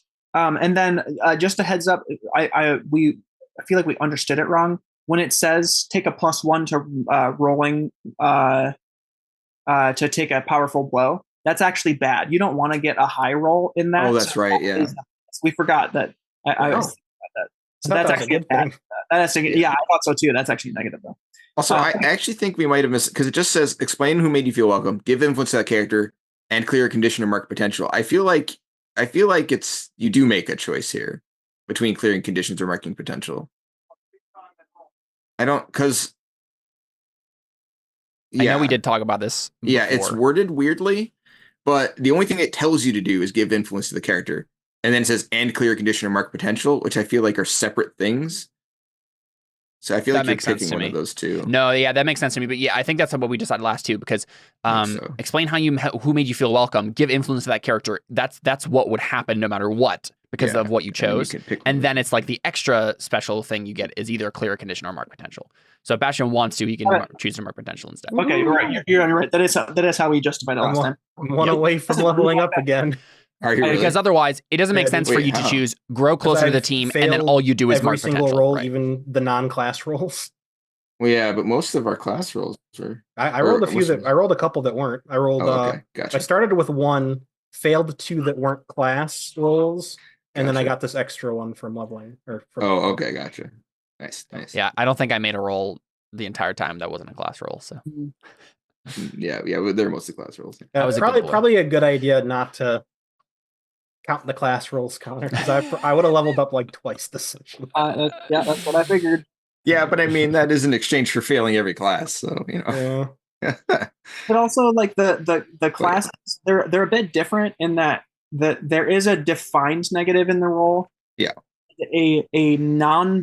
Basically like a non-action middle ground. Like nothing really happens when you get a 7 to 9 besides like you meet par, and then when you succeed, you get advancement. So I'm like, they work on a different scale, than the other ones do. Okay, so let's I was gonna say one last thing before we jump into the after show. Do we have any influence to give out? Should I put any influence on? I'm pretty sure we all have influence over one another at this point, if I remember right. That's it. Yeah, I think so. Is that a thing you can just give out to side characters based off of narrative sense, or? Yeah, like it can happen during the game. I just don't know if it. Yeah, I think you can say it makes sense for me to like give influence over that character. I think so. I think usually it's a product of a roll. There's quite a lot of moves that involve giving influence to people. Mm-hmm. But I don't know if it necessarily has to. I mean, I think it would make sense giving Thunder an influence over. I think it would too, and that's not a negative thing. I mean, that just makes it more interesting. I think that makes sense because narratively, you're just saying it makes sense that she would like have things to say to me and I would listen to her. Yeah, have sway over. It is technically a negative thing because they can expend that influence to modify your stats or get a +1 against you. So like it only gives them sway influence over you. Mm-hmm. But it's not like, I mean, if it's someone who's not going to hurt you, then I guess it's not a bad thing. But like technically, it's a negative. It's often the cost of failing and stuff. It could also be a positive if they're trying to help you. No, I don't think so. I don't think so. Yeah. So if they're trying to comfort you, they I think it might. I think that way, but they don't roll. Remember? Oh yeah. Yeah, I think comforting might be the only instance where someone may be able to use influence. How do they use influence over you? They change your labels. They can change your labels. Yeah. Okay. Yeah, I don't know what they do if that's the only thing they can do. I think they might have. I don't know. Yeah. Yes, we can look it up. All right. Cool. All right. Well, same bat time, same bat channel next time we do this, which might not be next Saturday. So just stay tuned. Adios.